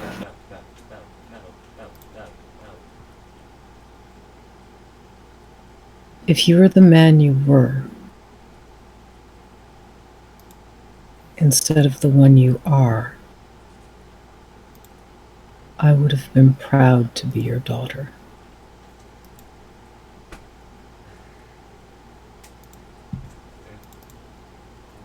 Why did you attack me? I wasn't doing anything. I swear it's... There you go. And now I added the hammer onto your character sheet if you want to take a look at it. Thank you, I definitely do.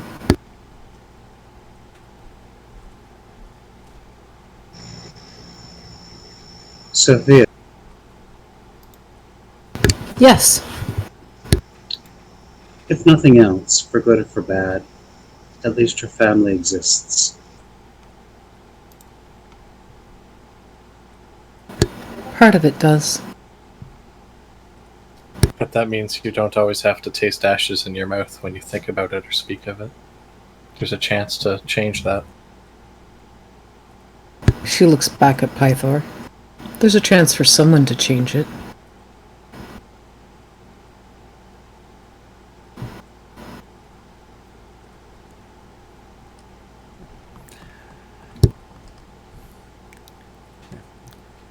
You're welcome to stay here if you don't have rooms in town.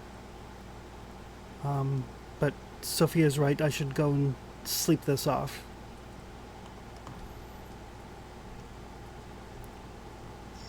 Fairly well, my lord. And he will go and stumble off to bed.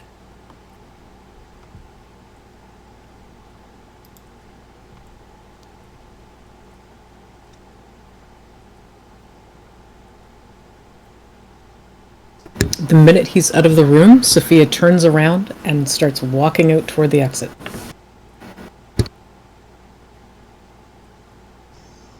I'm going to assume we'll be staying in an inn tonight.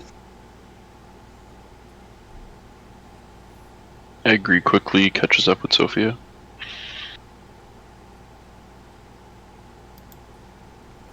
I normally wouldn't take a bed, but I might want a bed tonight.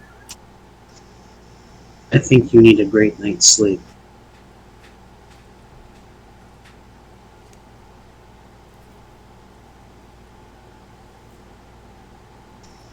And hopefully there isn't any long-lasting effect of this.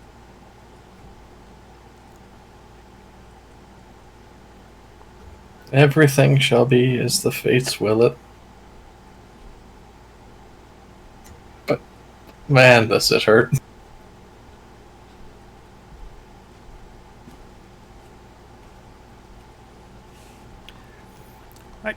So as you guys exit the palace, at this point in time, it's probably about 8 o'clock or so in the evening. Where are you headed to?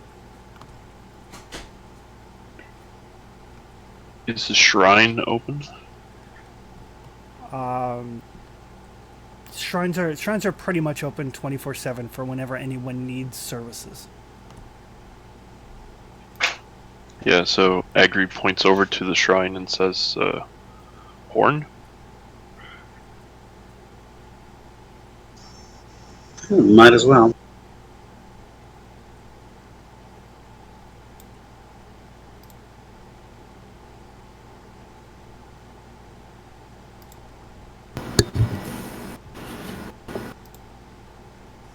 Sophia straps the hammer onto her belt and nods and says, I think a shrine would be quite welcome right now. Elena looks at her, like, looks up at her, like, almost cranks her neck. Can I hug you? You seem like you need a hug.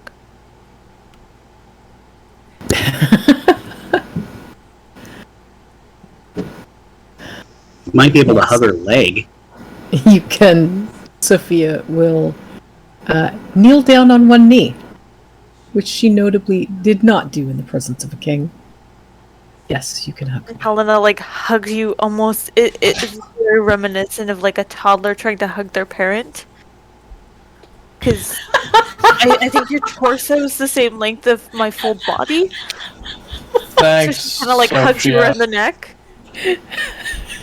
Rathius kind of slumps by, just like, thanks, Sophia.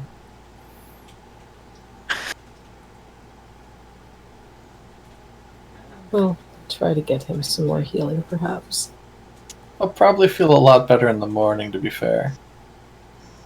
I'm a little worried he might be punch drunk. I would think so, yes. He does hit hard. Yeah. So I've heard. Sophia stands, starts walking toward the shrine. Agri walks over to Arathius and puts a hand on his shoulder, and then Rathius briefly good hops afternoon. back at the touch. And one sec. Oh, fuck!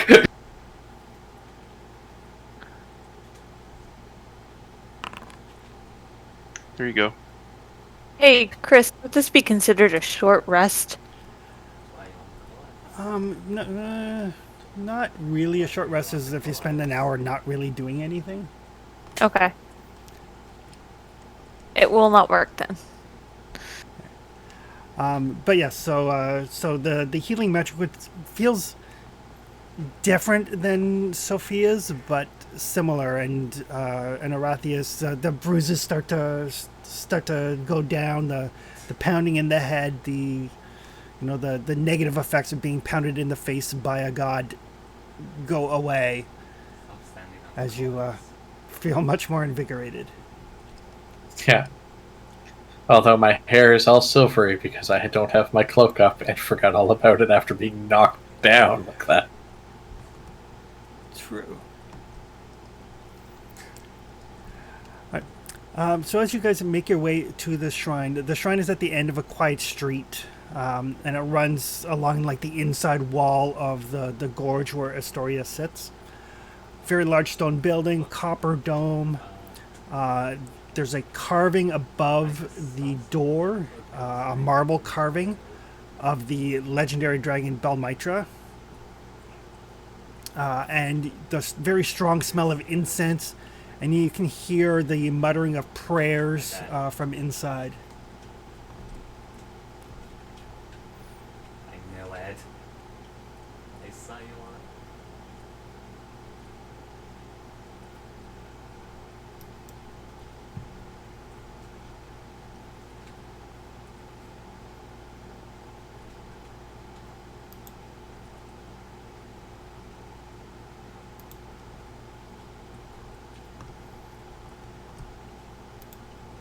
Agri says, hello?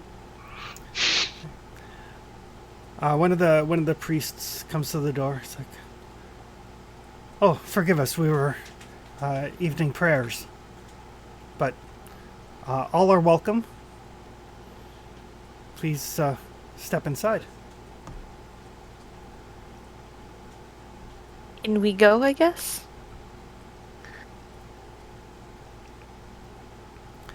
The priest that let you in will. Aesop, this is. We have guests, and this young-ish looking individual, but it's hard to tell given their very fey-like features. You're not sure how old they are, but they appear probably in their early 20s. Long, straight black hair, very delicate fey-like features. The heroes of the prophecy. Interesting. I expected you earlier. Didn't want to intrude, and well, here they are. We had an invitation that we could not do. Well, if nothing else, it proves that prophecies are not wholly accurate. You had some, Eh. Probably more of a guideline. Oh, it's bad. I believe, if my understanding of the prophecy is correct, you are here for the Horn of Balmitra. We have been told that you have it.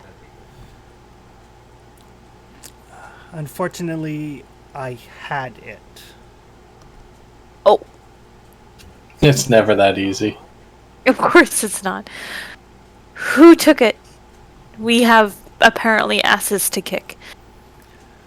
I'm not sure. And as he's talking, he's like leading you through the shrine. It's not a very big shrine, but he leads you into the reliquary, which is like a small little stone chapel with 3 alcoves in it.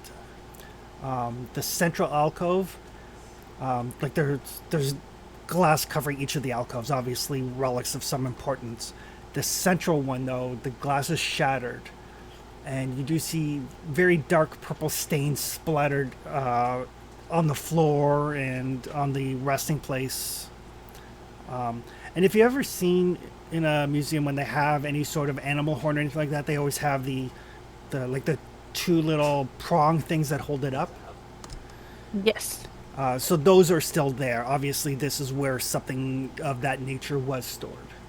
1 second. Sophia will look down at the stains Yeah, I'm with Sophie on around the that. room. To Wine stains? yes, definitely. Oh, I'd recognize those anywhere, man. Was Pythor here? Out of curiosity? She'll ask one of the attendants. No. The king.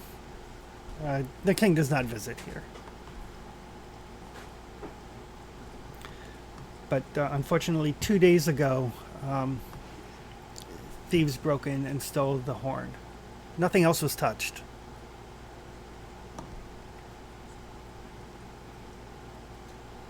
Can I do an investigation roll? Unless Yes. somebody else is better at that than I am.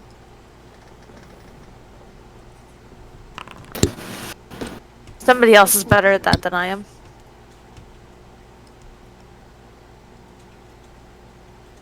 Unless I can get advantage somehow, but Go away from the cause. Okay. So as you guys kind of closely look around, there's definitely like a bit of wine spilled here and there, but there also seems to be a trail of wine. Ooh, I wonder where that leads. Hmm. are there any, like, footprints in the wine? Like, sticky footprints? That's what the investigation check would have told you, but you don't spot any. How long is... Sophia will address the attendants. Did whoever stole it leave these stains, or have these stains been here for a while? We were going to clean them, but Aesop said that they would be necessary for any sort of investigation. Unfortunately, the city guard does not seem to be investigative.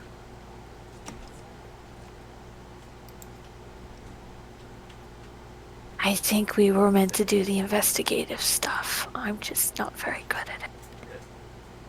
It's okay, Helena. I think we've got this somehow. Okay. Yeah. The wine stains are easy enough to track, especially with Sophia's enhanced sense of smell. Yellow's also following. Smells like sour. Widowmaker's also following us. But as you follow the trail, they lead past the palace, out into like the main thoroughfare, and then down towards the south gate.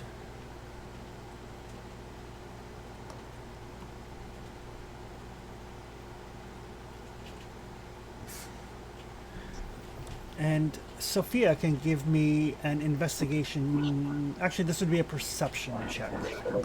Okay. Standing on that. So as you're following the trail, and like I said, the wine trail itself, now that you know what you're looking for, is not overly difficult to find. It is very haphazard. You smell something else mingled in with it. You're just standing. The smell of goat and the smell of blood. Ew.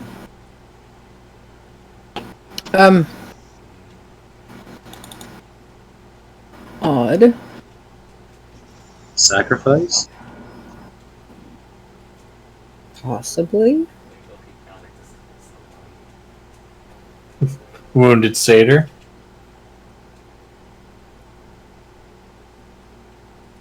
Not as likely, but possibly. If it is a satyr, they could have cut themselves on the glass if they're the thief. I meant to leave you alone. We are both. I'll try an investigation roll. Okay. See how well this goes. Oh, Hey, not you that did great. better than I did.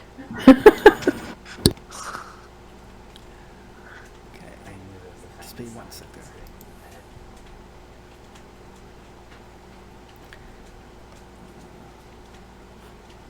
I think it's So yeah, so you can see now that amongst the tracks there are hoof prints so it's like in some of the sticky wine. They're hard to see because basically the wine is spilt, dried over a couple of days. People have walked over it, dust and stuff like that. But you kind of get down and look very closely, and you can see that there are little hoof prints. Probably not the size of Sophia's fist. Probably the size of maybe like Deacon's fist, like a normal human-sized fist. Okay, so too large to be an actual goat. Probably closer to satyr's feet. Oops. Yeah, something along that size. Definitely too big to be a normal goat. Well, I think you're right. I think it might have been a satyr. So a human-sized goat. Or a very, very large goat, yes. And somebody can give me a survival check. Ooh. There you go. Right. So as you guys are at the south gate pondering whether this might be a satyr or whatever, looking at the tracks, Agri, you can look, and this trail is probably pretty easy to follow. It's possibly deliberately left, like, you know, you're a skilled tracker, but it does lead in the direction of the old wood.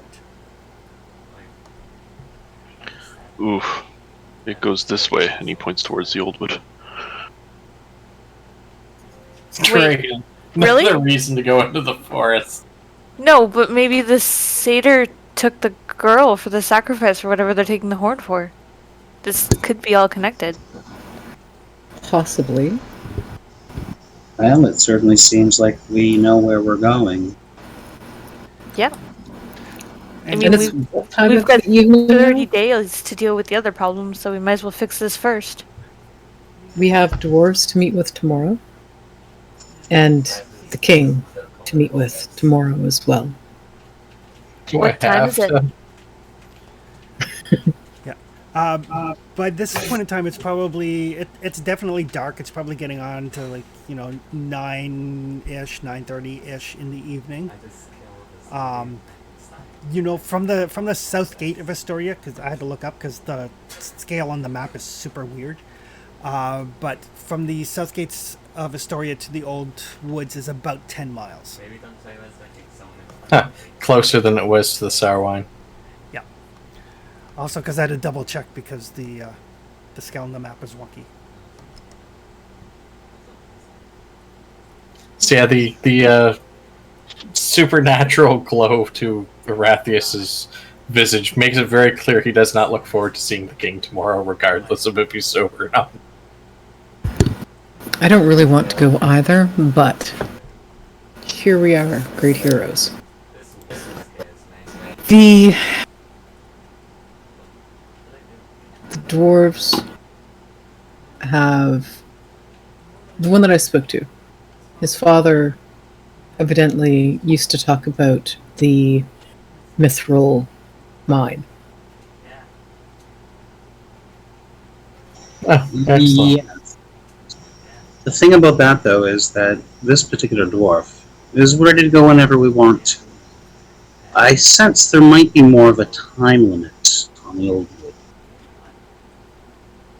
Agri nods his head and says, "You should go, Karina."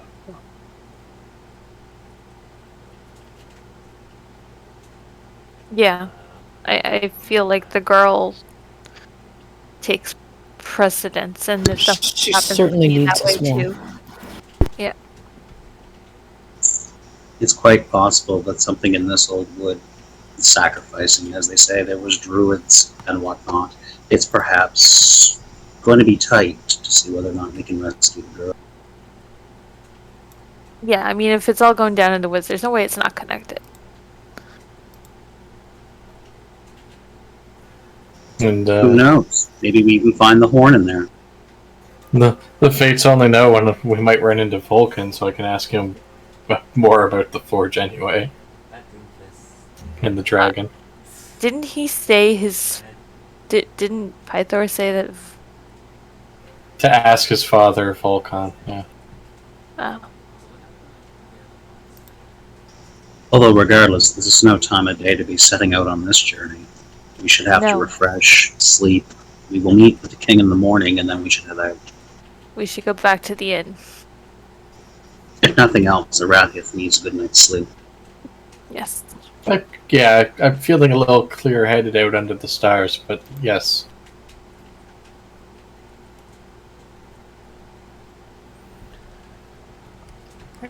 So you guys are returning to the inn? I missed that. What's that? Yeah. I would say so, yes. Okay.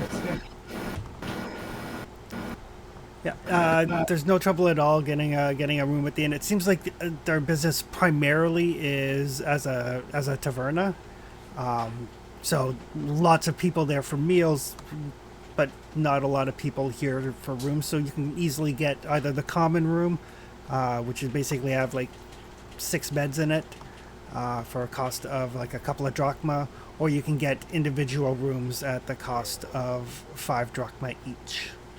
It is a solid.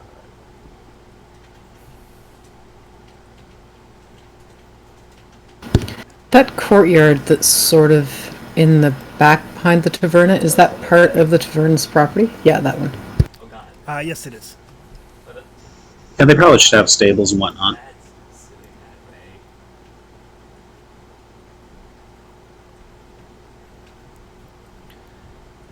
I can't. And out front, that's like a fountain? Yeah, like a less like a fountain, more like a trough for horses. Big-ass trough for big-ass horses. I see, it's kind of hard to tell with the scale. Okay. Because, really kind of tough,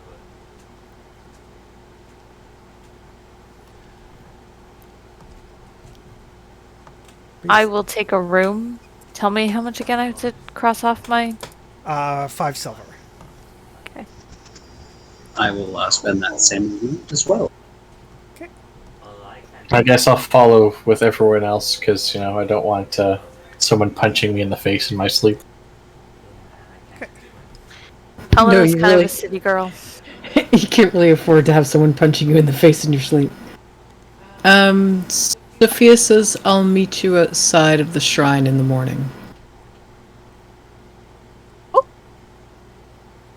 Night, guys. Very well, my lady. Egri No, also just- gets a place.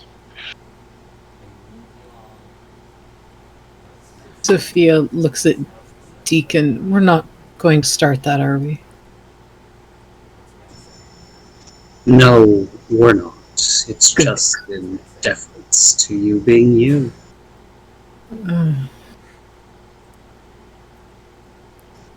Wonderful.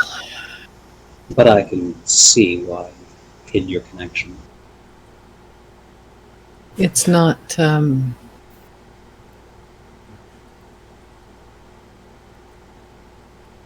Yes. Yes. It's not something that is conducive to a normal upbringing. As I was Even if your normal upbringing is as a priestess in a temple. My normal upbringing was fine until everyone that I knew and loved disappeared, erased from the planet as if they didn't exist.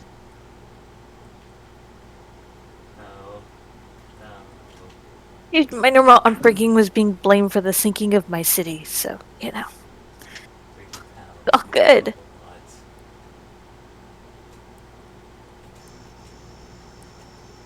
Sophia looks at Agri. Sophia looks at Agri. As though she's waiting for him to say something. Egri says nothing. And makes his way to his room. I half expected it to be, well, good night! No Sucker. cue to the centaur from you. Secret of that one. Agri has perfected the "and I walk away." Yeah, I learned from the best. He definitely has. I wonder if all centaurs are that quiet. Nope. No, I don't think so. No, not really. As she makes her way to her room, Kyra will stop by Sophia and just kind of put her hand on your shoulder, and she just says, "He wasn't always like that." Hopefully he will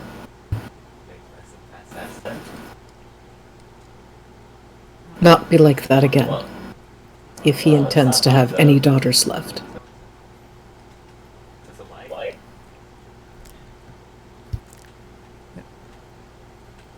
She'll just kind of look at you and say, "Well, that's that'll depend a lot on you." And then she makes her way up to her room.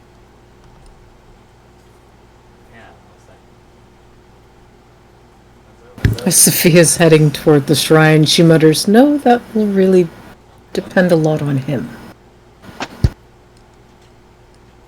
Not your job to fix shitty parents. So everybody gets a night's rest. Nobody punches anybody in the face during the night. What's up? Yay. I was worried. I was almost minus 16 to the chin. Yep. Chris, before she goes to sleep, can Sophia take a look at that Warhammer? She sure can. Excellent. Because I noticed it requires attunement. It does. So she would like to do that before she goes to sleep. Alright, so yeah, so when you spend some time with the Warhammer, kind of getting the feel for it, and kind of letting those memories of Pythor in the past kind of wash over you. And yes, you can attune to the hammer, and then everything it does is there on the item sheet. Do I restore myself for being dumb? Yep.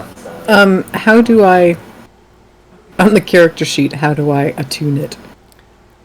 Oh. Or what do I do? Or is it already? Like, I think on the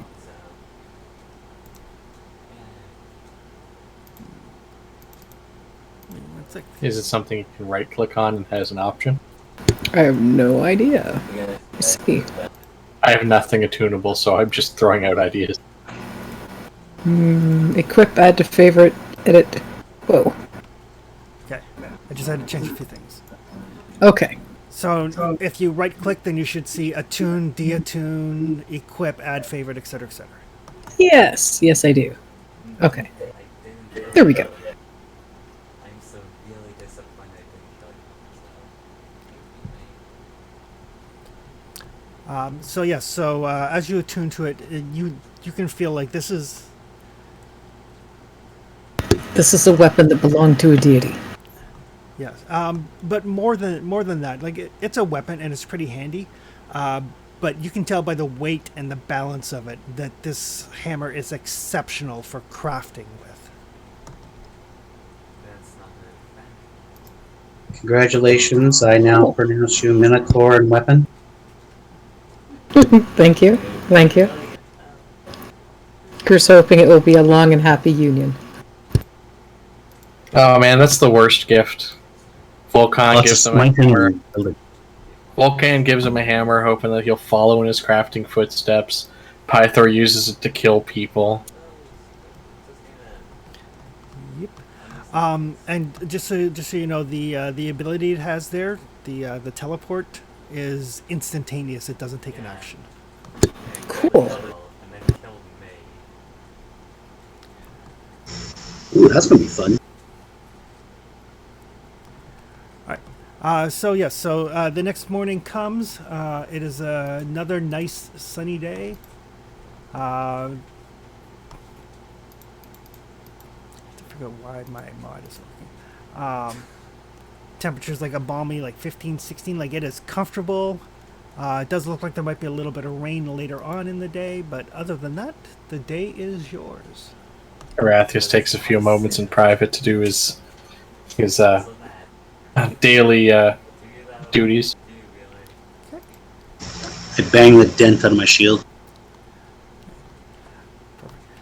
Yeah, you can't get it all the way out, but you can get it mostly out, and at the very least, you're like, the shield, yeah, stop the punch from a god. I can hear Deacon as I'm finishing up and going, "Oh, thank God for magic! I didn't want to have to bang the dent out of my face." Chris, I'm going to change the...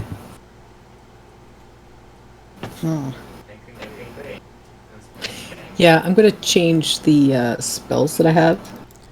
Yep, not a problem. Okay. Chris, just to confirm, I can do the same as a druid, correct? You can, yes. You can Okay. you can have prepared a number of spells equal to your druid level plus your wisdom modifier. Helena, you just hear Helena singing on the way down the stairs. The tune sounds new and slightly happier. So you're gonna go kill the day. Chris, she's having her wings for the day. Okay.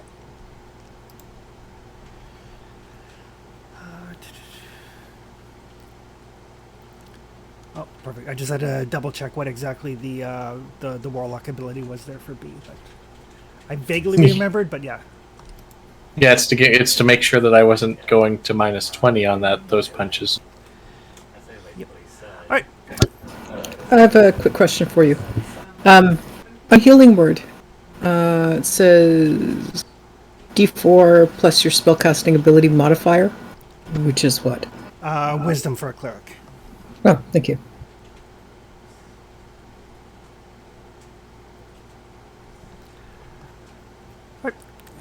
So you guys get up, have some breakfast, Pretty close to spotty. got some dwarves to meet, got a god to meet. Think Sophia's trip to the old woods. Sophia's at the shrine. She'll have the desserts that she packed away last night for breakfast. They The are best I don't think breakfast Helena alive needs to eat today. for the rest of the week. Arathia smells porridge, thinks about having almost lost his teeth, and runs out the door.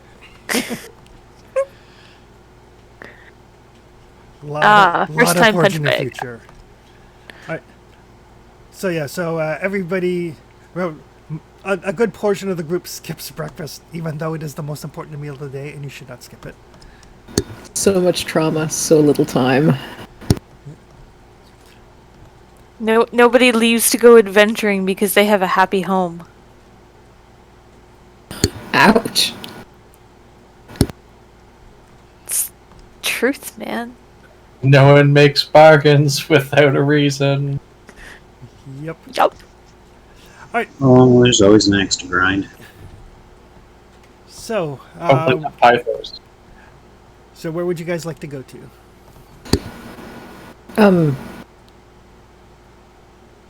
There's a spell I think I have access to, but I don't see it listed here. Which one? Is Guiding Hand a... No, it is not. Okay. There's Guidance, which is a cantrip.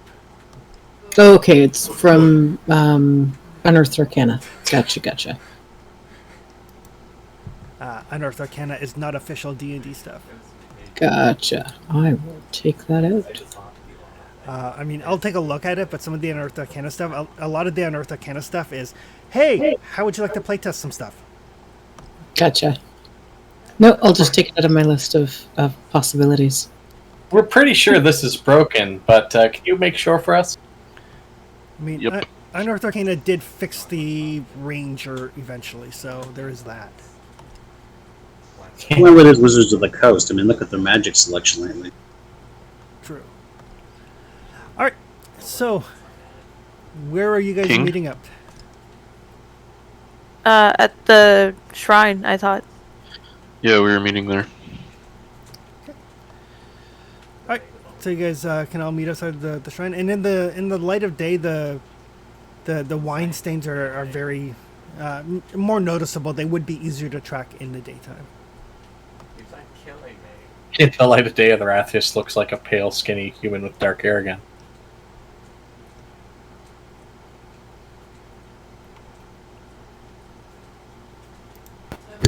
Sophia helps out around the shrine. Refills containers and sweeps and things like that, So it's not just like she would in any other temple. Okay. The Helena actually pays a little bit of a tithe, and it is the first time you've ever seen her do it. Sophia smiles approvingly. Thank you.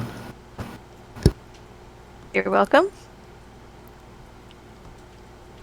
the head priest, Fey gentleman named Aesop, will very gladly accept Sophia's help, and he'll, what sort of tasks are you interested in? We appreciate anything, but we want to make sure that you don't do anything you don't want to do. Very kind of like open and friendly.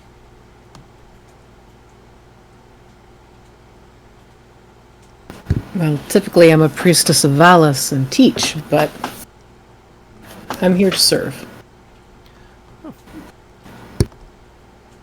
Well, instructing, informing the minds of people is a worthwhile endeavor. I know it's the start the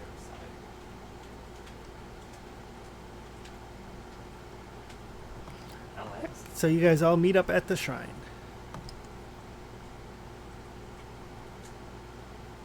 What do today? Today we are going into the forest. Hunt centaur? And something. The centaurs are on the Later. other side.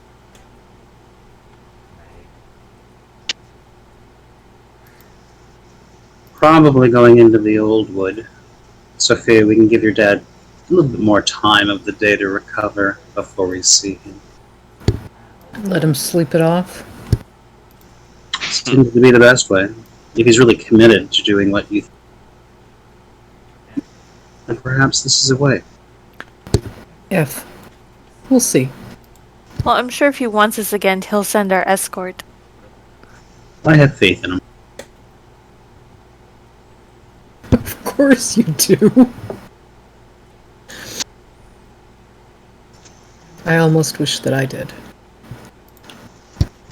Well, the warship has certainly left me alive and in a good position to help, so I am not regretting my patronage.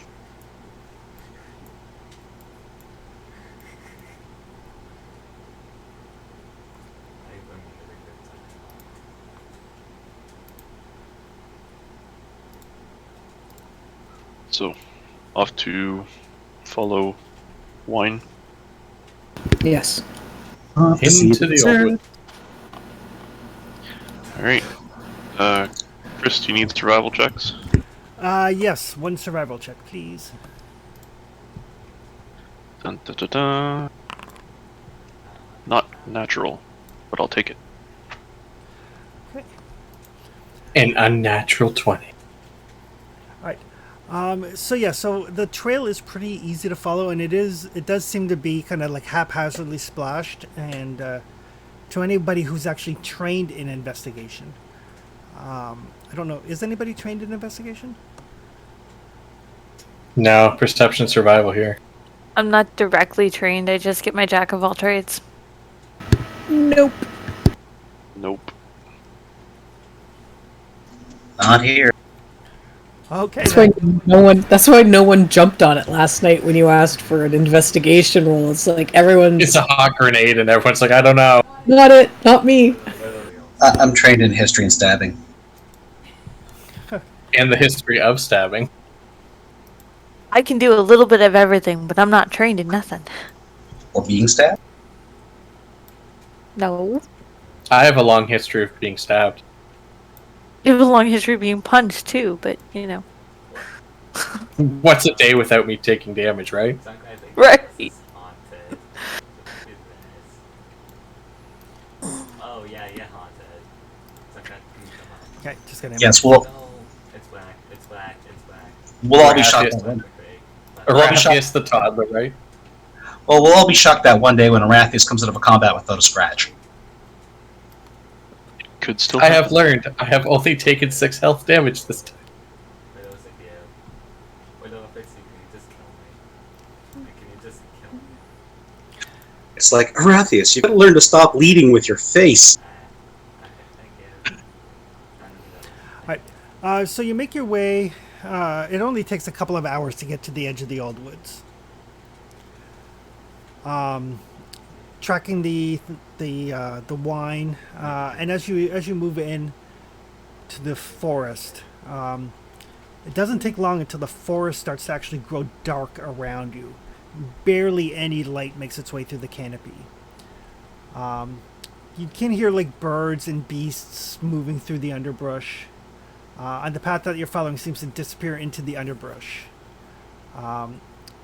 As you kind of follow it, you come into a dimly lit clearing surrounded by trees. But the forest suddenly grows very quiet. Oh, that's not normal. And you hear something crashing through the brush ahead of you. And just as you kind of like draw your weapons and get ready, you see this young girl, probably like 14, 15, comes like crashing through the bush, and she's just like, her clothes are torn and tattered. There's like scrapes and on her arms and her legs, tears on her face. She just looks, and she like stops when she sees you. She's like, "Are you? You're real? It's all right, child. Just get behind us and point to where we need to go."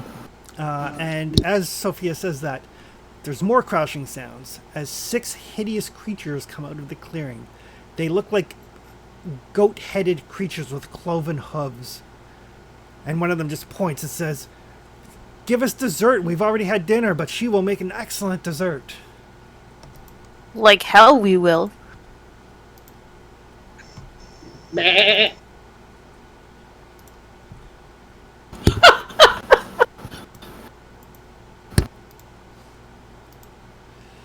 So she has moved behind. Now, you surely guys. there's better ways of doing this.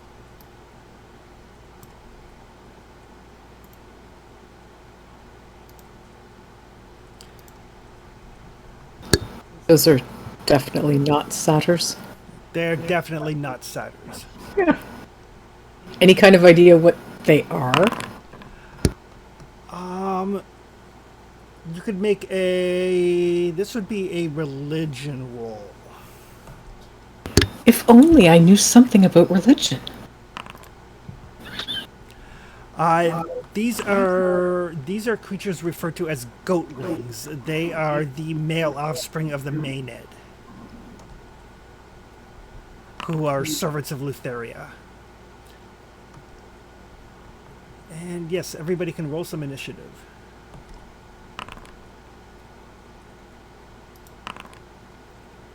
Oh, Sophia almost at the top of the order. That's shocking.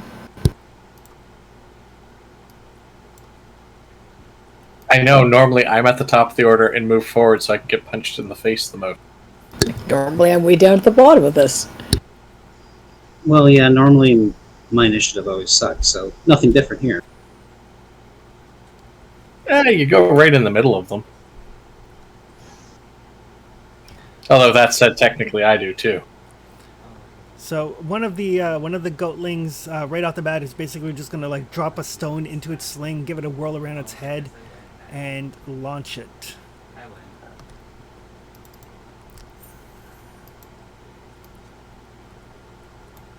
At Helena, but it is far Of course. enough away that it is disadvantage. Fine. This is fine. That is going to be a mighty 8. That is going to miss. Sophia.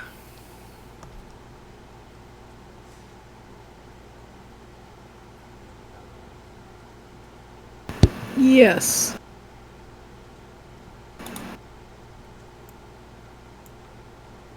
Sorry, I'm trying to make sure that my stuff is all correct here. Sophia, remembering that this has worked relatively well in the past, is going to fling Guiding Bolt against one of them. Okay. Especially where it's dark here. This should light things up for the rest of you. I have this. Wait, so I can control it. Well, okay. At least in theory. So which one did you want to hit? Whichever one has the sling. So this bolt of pure white energy launches out of Sophia's hand and strikes the goat creature square in the torso, and it just isn't there anymore. Yeah, so instead of monsters, Sophia looks kind of surprised by that. The goatling, one of the ones at the back, it's gonna step forward a bit, and it's gonna go like, "You what? How dare you!" And it starts unleashing this like string of insults at Sophia. I need Sophia to give me a wisdom saving throw. oh god, no. I mean not. Thanks. Okay. Sophia's heard worse. Probably coming from Helena. We sure to rat these Probably. once last night before getting knocked out. This one is going to move forward slightly, and Don't use that language in front of a child. it is slightly closer to Helena, so it is going to launch a sling at her. Hey, I've heard worse. Oh, That one, shit. definitely. It's all As you Yes. guys are kind of like making fun of the goatling's insults, a rock just smacks Helena on the side of the face. Okay. Ooh, probably something that should happen to every critic. You just want into that. It sucks. It sucks. It sucks. Oh crap! Rock to the face. She will.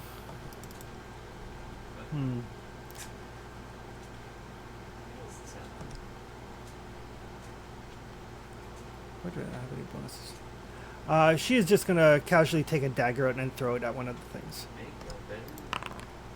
It's unusual, Yeah. Look at those modifiers. right? So yeah, so she just casually just takes a dagger out and throws it into one of these things. Like, oh, I hate fucking Litharia. The young girl at the back is going to cower behind the heroes. Probably a good idea. Deacon. Yep.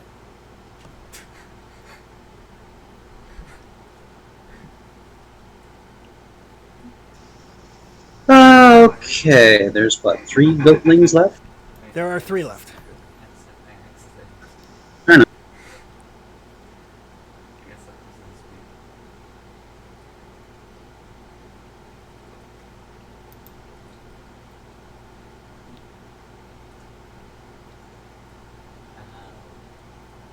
Yeah, that's.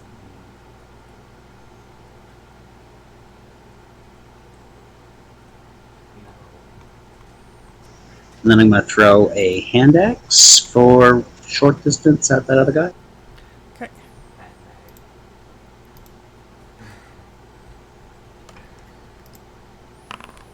Listen, I like playing this safe. Oh, that will definitely hit. So yeah, the hand axe just spins through the air and beds itself in the goatling head and drops it. I'll be next. Excellent. That will bring us to Helena. So Helena, and this is the first time you guys have ever seen it, actually lifts up with her wings up like 10 feet in the air and moves up a little bit. And then I am going to Dissonant Whispers, which is not on there. Maybe? No. Dissonant Whispers. I think it's Which one Deacon looks at her and goes, I thought you said you couldn't fly. Yeah, well, apparently it changed its mind. Ooh, a 14, even with the -2. Eh. What is my save for Dissonant Wind? Oh, he just makes it. Son of a bitch.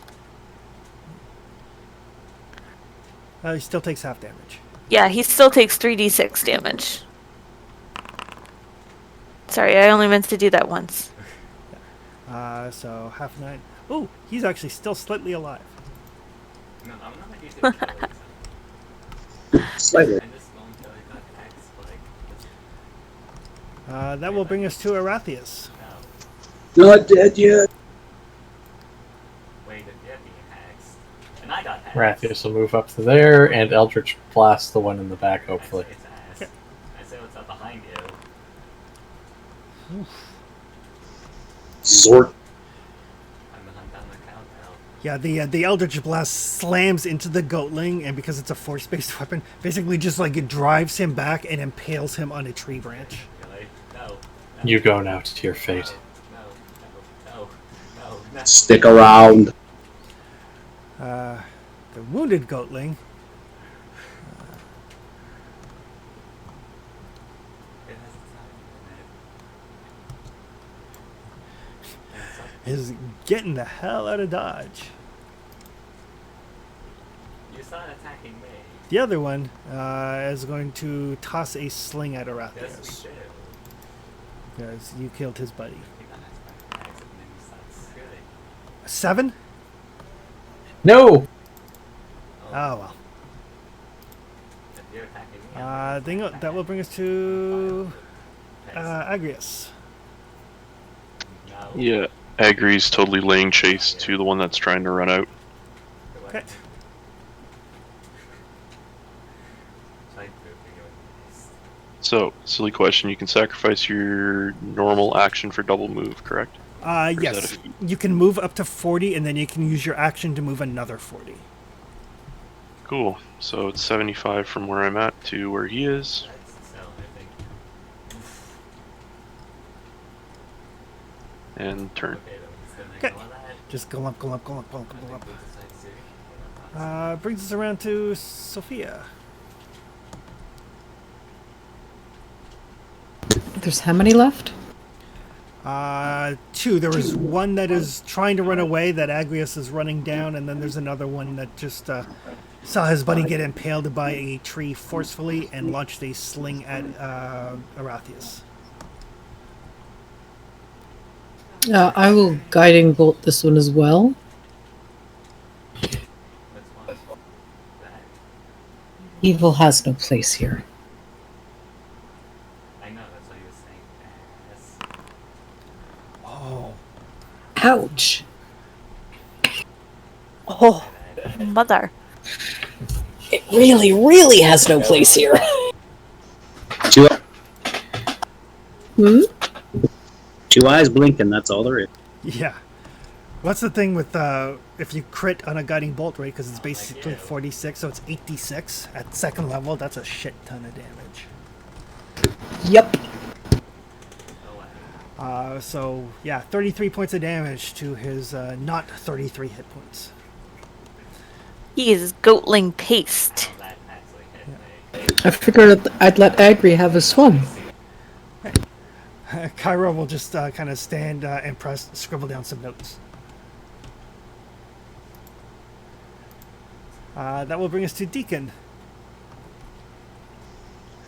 Also, not wanting to deprive Agrius of some of his fun, I will simply move over to where the dead goatling is and retrieve my hand axe and clean it up. Okay. Helena. The second I just I am going to move up just close. I think that's right. Yeah. Close enough in case I need to throw a heals his way, but otherwise I will let Agri smash the last one. I mean, I also tested Lucia, but Arathius. Get off my head. Oh, poor Goatling. Ain't knowing a time for that guy. Why is it two? Why the two? I'll move up just in case he somehow escapes with the double move. Because it's on base. Okay. I'm sorry. The last goatling, seeing the centaur bearing down on him, is going to try to continue to flee, so Agri does get an attack of opportunity on him. Twack. 12 will actually miss. Just barely, like, bounces off his goatly hide. The heat has no damage. So yeah, so he does continue running. He only moves 30 feet, so Agri can easily catch up to him. That is what it's Okay. Charge! Yeah, I'm just gonna run up and twack. Actually, Agri's gonna go into a rage, realizing that he totally missed, Okay. to make sure that I don't this time. Wait, how much does it do? That, can I... That's something.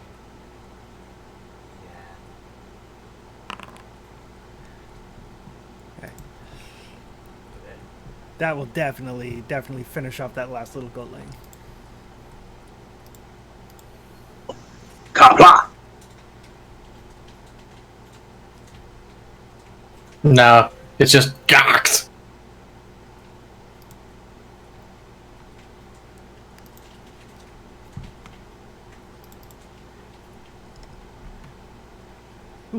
That's an evil-looking number. That encounter brings you to 666 XP. Ooh. D&D is actually demonic. It was fated to happen. It seems fitting that was against like some evil, what we assume are evil creatures. Garbad! The girl that ran by. Thank you.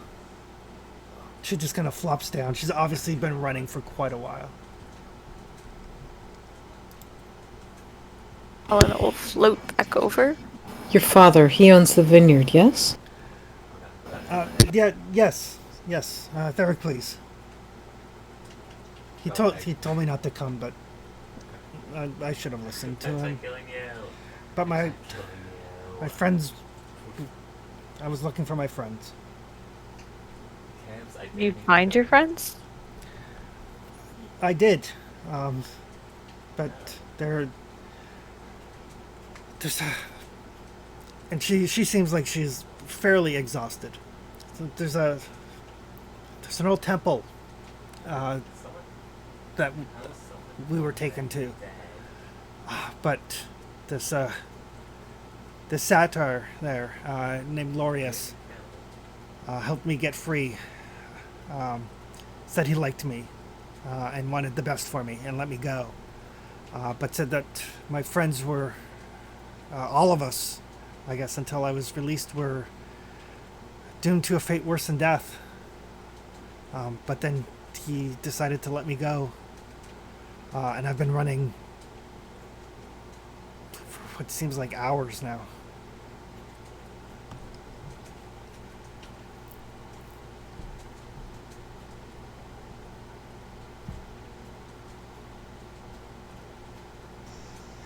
Are any of Yes, your that- friends still alive? I don't know. I didn't. Lorius could only get me out. I didn't have a chance. I was gonna hope to get out and find help. I fear for what may have become of them, but we can only press on and find out. I think it's the bag. You found help.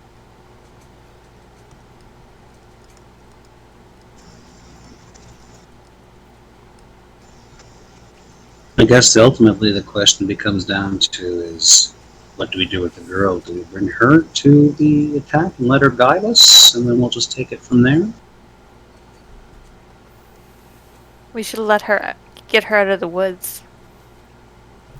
I'm gonna go with you to rescue my friends. I'm not gonna leave them there now that I found help. She kind of she gets to her feet. She does kind of struggle a little bit, but you can see there's like this resolute expression on her face. I did say her blood does call to her. Yeah, she's certainly showing the blood of her lineage.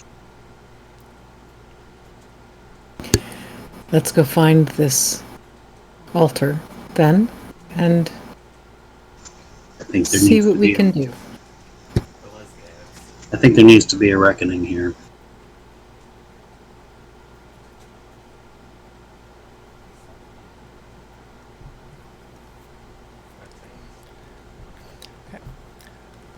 So you guys kind of pack up, and the girl kind of gets herself set up as best she can. Kyra will pass her a dagger and kind of smile at her and say it's what I have. Are you hurt, child? Just tired more than anything. But we'll rest after we get them. I'll be fine as long as we're not. We'll go quickly if you want, but I don't think I can run all the way back.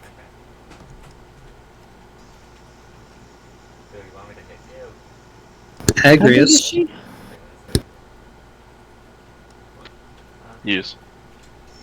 is it possible you could carry the child? Was that a hat? Chris? Question mark. Mechanics say I can do it once per turn.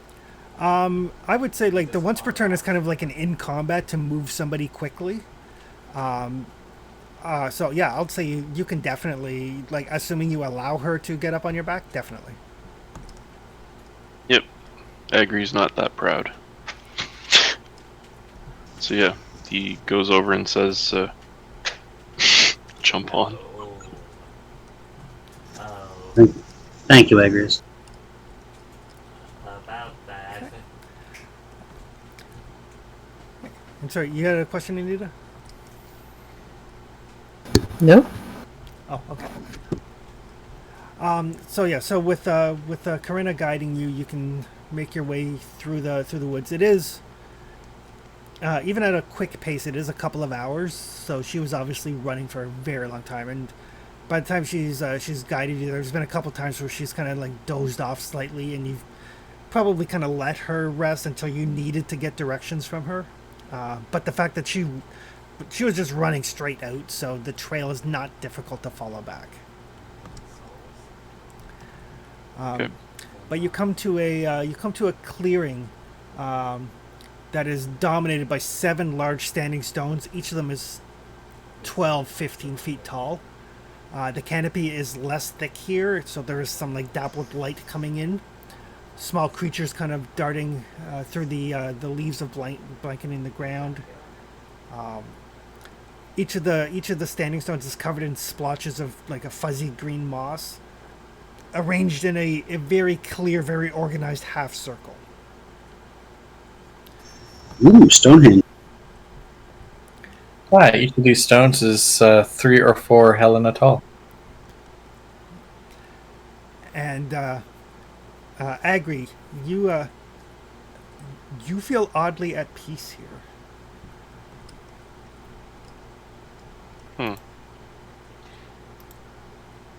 I always just figured Helena was 3 apples tall. What? I said I always just figured that Helena's 3 apples tall. 3 pumpkins, maybe. Yeah, I was gonna say 3. No, more like 4. I'm 4 feet. The old people will get the joke.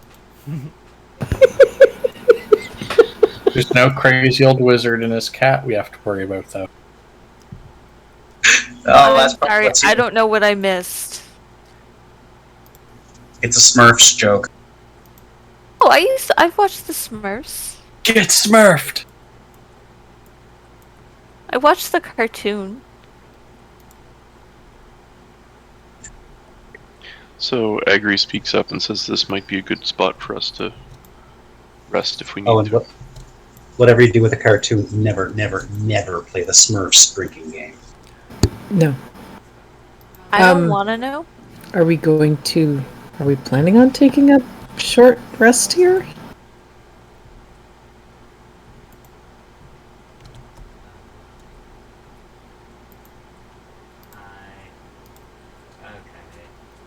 Can we step off?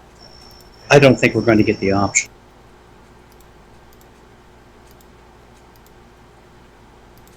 So, what is this place? I think this is a place to come to speak. So those are the standing stones around you. Is there anything written on them? There's any inscriptions that are on them have long since been lost to time. Oh. Except that one right there says, "Fuck you, Helena." It might. I can read it. I have comprehend languages. I can read it. Somebody spray painted Kilroy was here on it. Are we resting here? And we can push We don't forward. need it. Just Agri felt comfortable here, so he wants to take a nap. This seems I somewhat think we have friendly. time to push forward.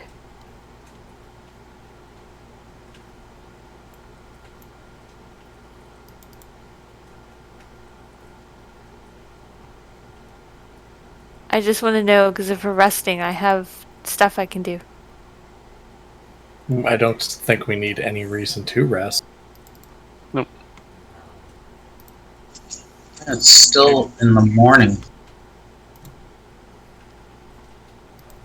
So look at Karina and wake her up as she's vaguely sleeping / napping and say, "Where to from here?" She kind of comes to just forward. The clearing kind of thins out, and the temple is there.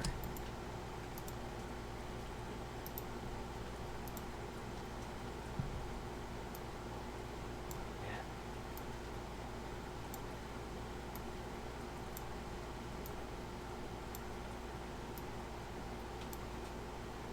I wonder where that would- Oh,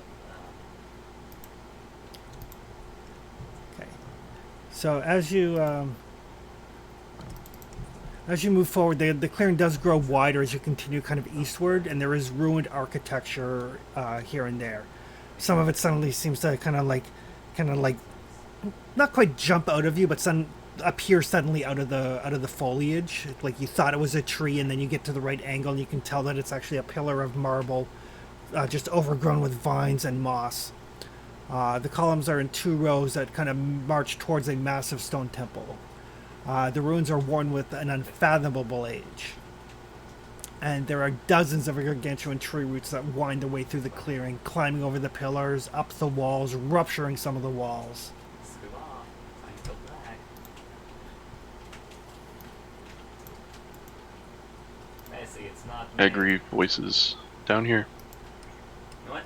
Look, it's not me. Now kill the Lucia. No. Sophia follows along.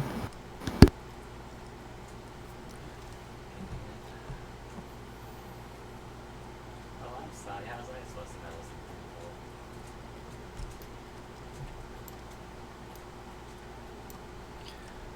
before? Okay. As you guys start to move into this clearing, How disappointing. you see some of the roots come alive.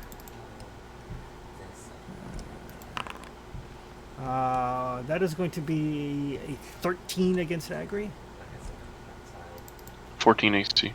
Alright, so some of the roots start to like basically try to wrap themselves around your legs, and you guys see other root clusters writhing around and moving in a very deliberate way towards you.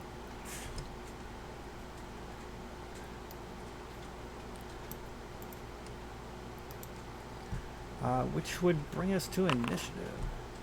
I missed both of those.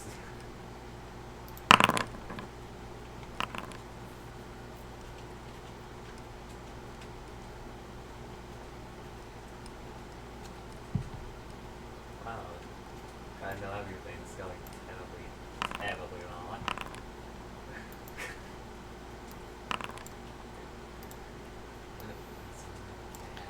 Oh, there we go. So slow.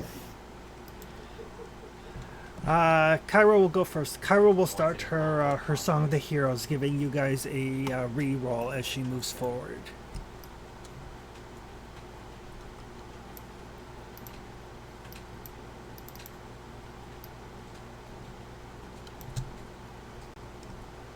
We totally haven't anything from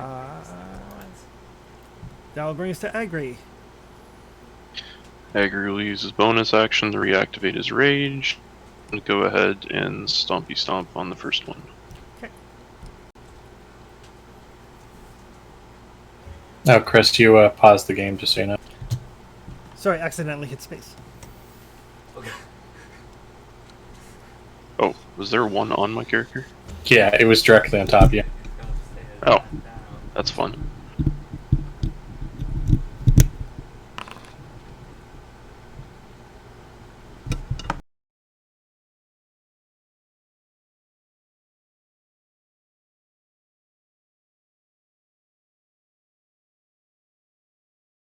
Accidentally got all kinds of staticky. Oh, stop.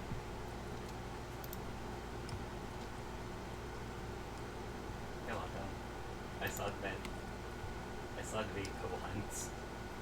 Okay, that's And me. the soothing people. Okay. 6 is a miss. Barely a miss, though. No one. The animated Well, roots. Comes through. Building army trust no one. Are surprisingly quick. But are only going to roll a 7 against Sophia.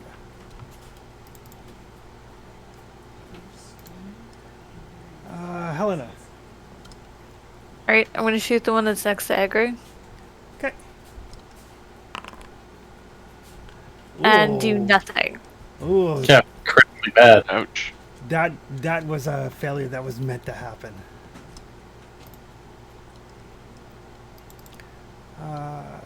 You shall not bolt. Okay. That one is going to actually hit Agri, and the vines start to wrap around you and constrict. You will take 3 bludgeoning damage, reduced to 1, and you are grappled and restrained. Okay. Oh, is that bludgeoning? Yes. I so have you- resistance against bludgeoning because I'm raging. yeah, so you only take 1. Okay.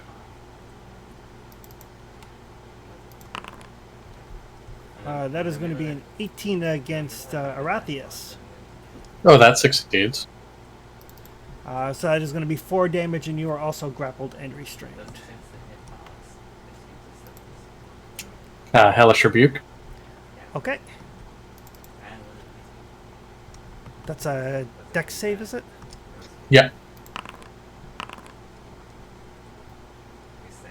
He succeeds, so he takes half.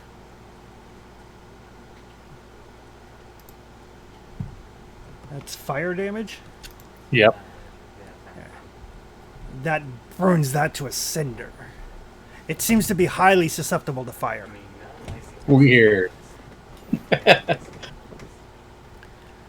Sophia. Sorry, I was addressing the teenager earlier. Did I take damage? No, it missed you. Oh, okay.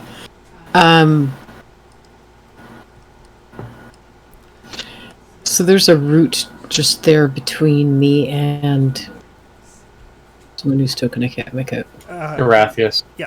Rathius? Okay. Yeah, it lashed out is- at you. Is that the route that's still there? Yeah, there was one that wrapped around Arathius and started to constrict him. And Right, he burned it. Yeah. Yeah, okay. The black flames of fate took it away. Yeah, a not at all natural flame. Yeah. She's going to try to strike it with this new hammer. Okay. Ooh.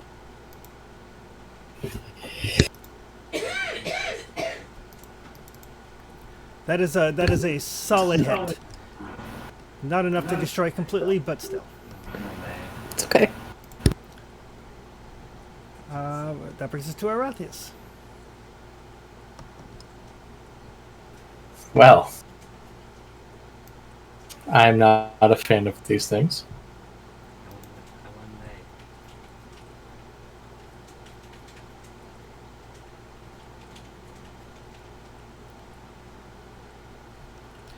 Okay, so that one is going to get an attack of opportunity. Yep. God damn. So it would actually be I guess I'll hellish rebuke him too. okay.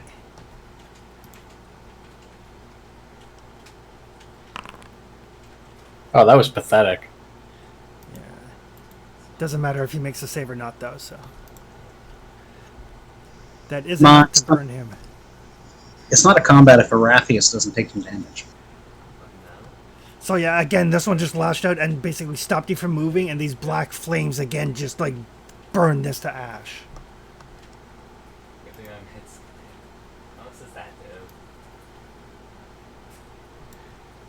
That one is going to move up to Agri. That is going to be another 1 bludgeoning because barbarian. Bar. That will bring us to Deacon.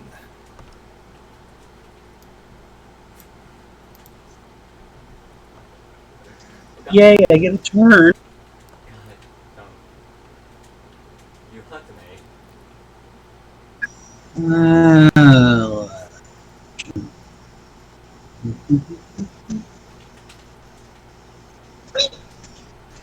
I'm going to move up here next to Agri, and then I'm going to do a spear attack twice. So once to this guy and once to that guy. Okay. Because, hey, why not?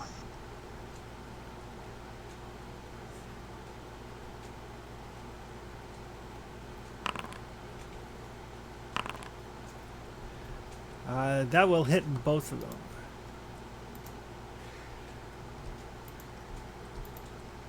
Alright, if you strike the first one and it doesn't die, do you want to use the second attack on it to finish it off? Or like, it literally just Yes. Okay.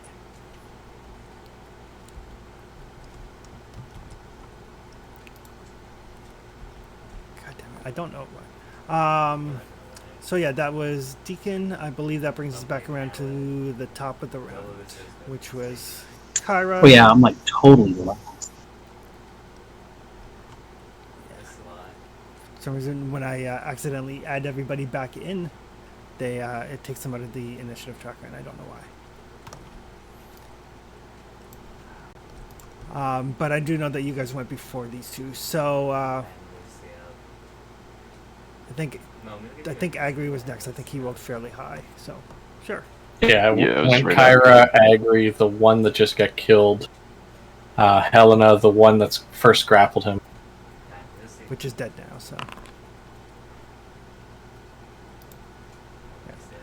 You are at disadvantage because you're restrained, but that's still a hit. Okay.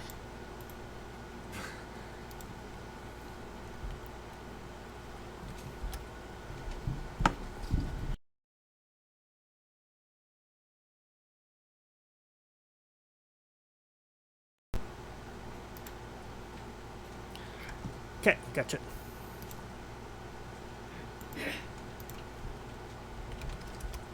Okay, Helena.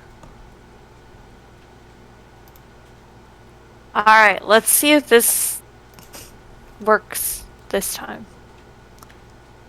I suppose I'm using a crossbow. I don't really need to move up. Yeah, they're within range. That is definitely a hit. Is Which it one? hit? Yeah, which one were you shooting? The one next to Agri. They're both next to Agri. Okay, the one on the one that's only next to Agri. Okay. All right, so the crossbow sinks into the roots. Sap starts to flow pretty freely. Yay, I did something. That probably brings us to probably one of them.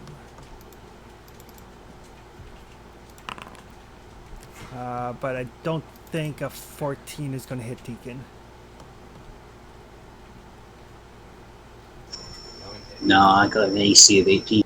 Okay. So the root starts to try to wrap around you, and you just like poke it back with the spear. You know, back, down, down, down.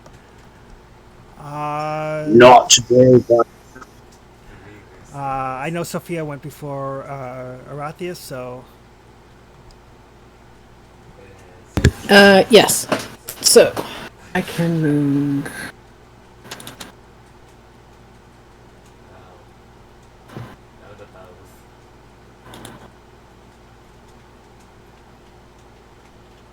Oh wait. Sorry, so trying to get used to D&D, and there's a... sorry, I can move how far? 30 feet. 5 squares. Okay. 6 squares. Okay. So, definitely... Come on, laptop. 1, 2... Okay. So I can... And it... Is that a solid item? Yeah, it's like a broken column. You can stand on it or move over it. Yeah, that's fine. I'll move over it. And I will try smacking this one in front of Deacon with that hammer, because I like it, I think. Ooh, I think I do.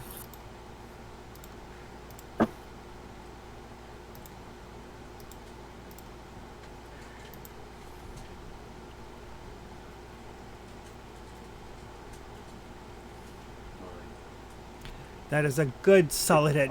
You just like turn that into splinters.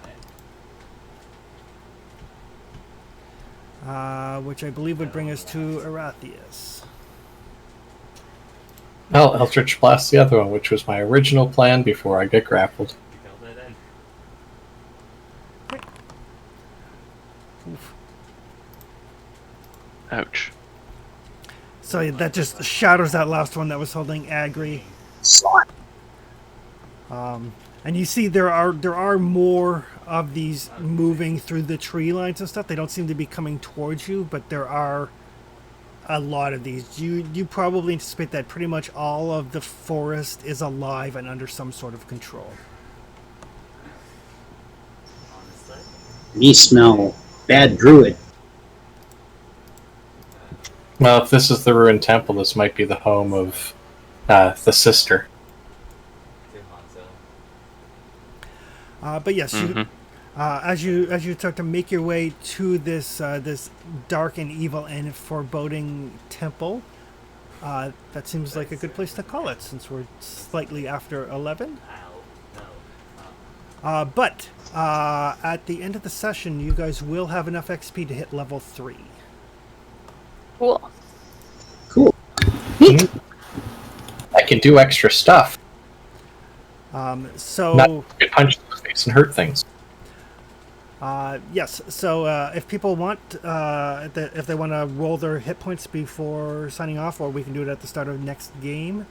At 3rd level, Agri, you can decide which class you want to take your level in. For some of the rest of you at 3rd level, you'll get to choose what archetype you want to be. So what type Yes. of fighter, what type of bard.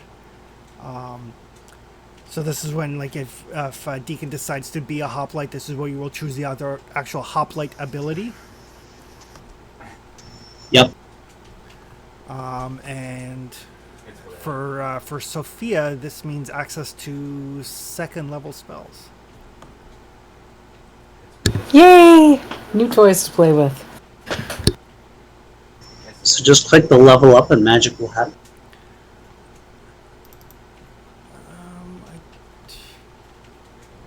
It might. I've never actually hit the level up button, so I don't know what it does. Ooh, I'll be the guinea pig. There's a level up button. There's Yeah. a little up there. So- Beside your left. Yeah, I just let me put in your XP for you.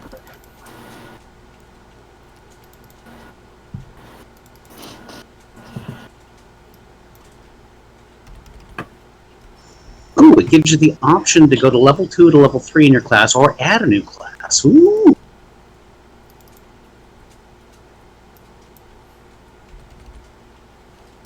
Apparently, for some weird reason, I don't have a class. I want to see what happens. I mean, that's not wrong either. Okay, there's no hoplite included in the fighter list. Yeah, it might be something that I have to add in, so I may have to do this manually. Yeah, I suspect. 'Cause it's giving me like Arcane Archer, Battle Master, Cavalier Champion, Echo Knight, Eldritch Knight, Psy Warrior, Purple Dragon Knight, Rune Knight, and Samurai. Okay, so yeah, so it doesn't have the Odyssey of the Dragonlord options.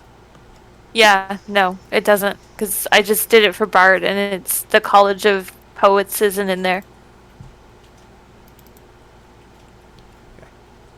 So And yeah, now I so, don't know how to exit out of that. There we go. Cancel.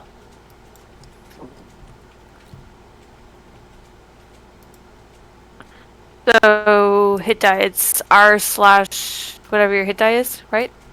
yes. And the way I Okay. do it is if you roll less than the average, then you get the average. Cool. What is my hit die? Where is Sorry. my hit die? Yes, what is your hit die? For a cleric, it is a D10. Okay. I Or sorry, D8. D8. Is Bard D8 or D6? Wow.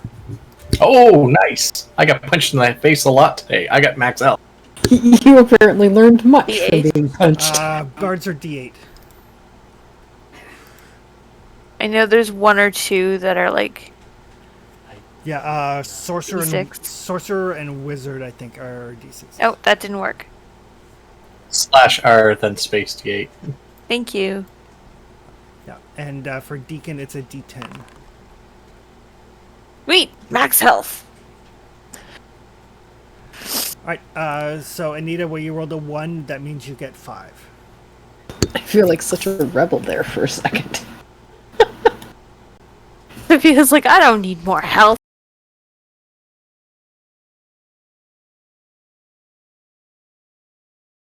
How's that?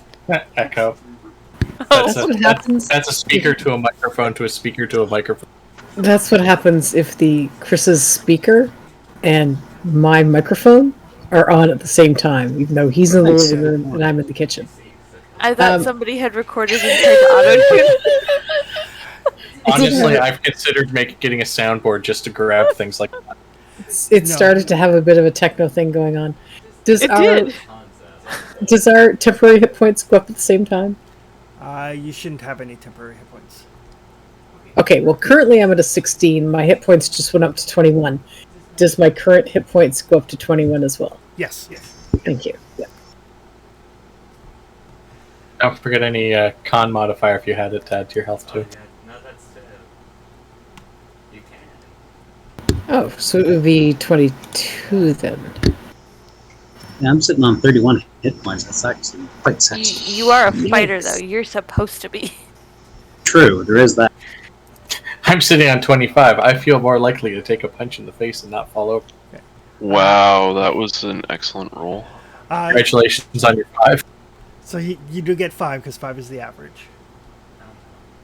Oh, it's either you get 8, or you get max, or you get nothing.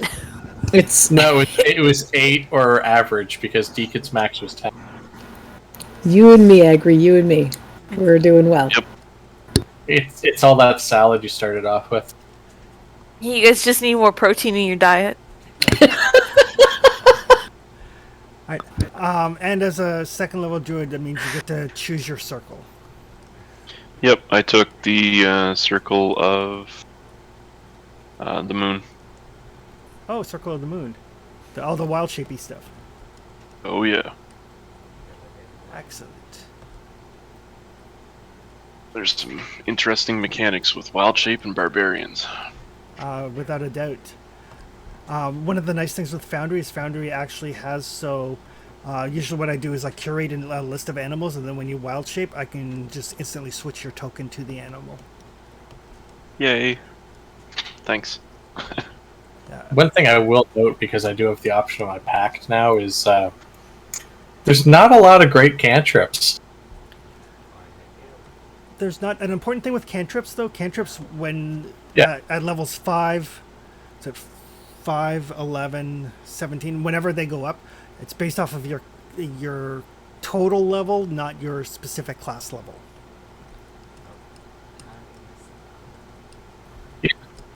I was looking the other day at some cantrips because I was considering Pact of the Tome, and I don't remember seeing more than 1 or 2 I like. Yeah, cantrips are very situational. If you're looking for damage, Eldritch Blast is the big hitter. Toll the Dead is pretty decent. Yeah. Otherwise, I like cantrips for things like Prestidigitation and Mage Hand. Alrighty. So over the course of the next 2 weeks, I'll be in touch and we'll make sure that everybody's character is properly leveled for the next game as you make your way into the Mossy Temple. Yeah. And I got some second Cool. level spell. Thanks everyone. Thanks, guys. Thanks for seeing you guys. Kind of. Have a good night. Night. Have a good Talking night, to everybody. you? Yeah. Nice quote unquote seeing you.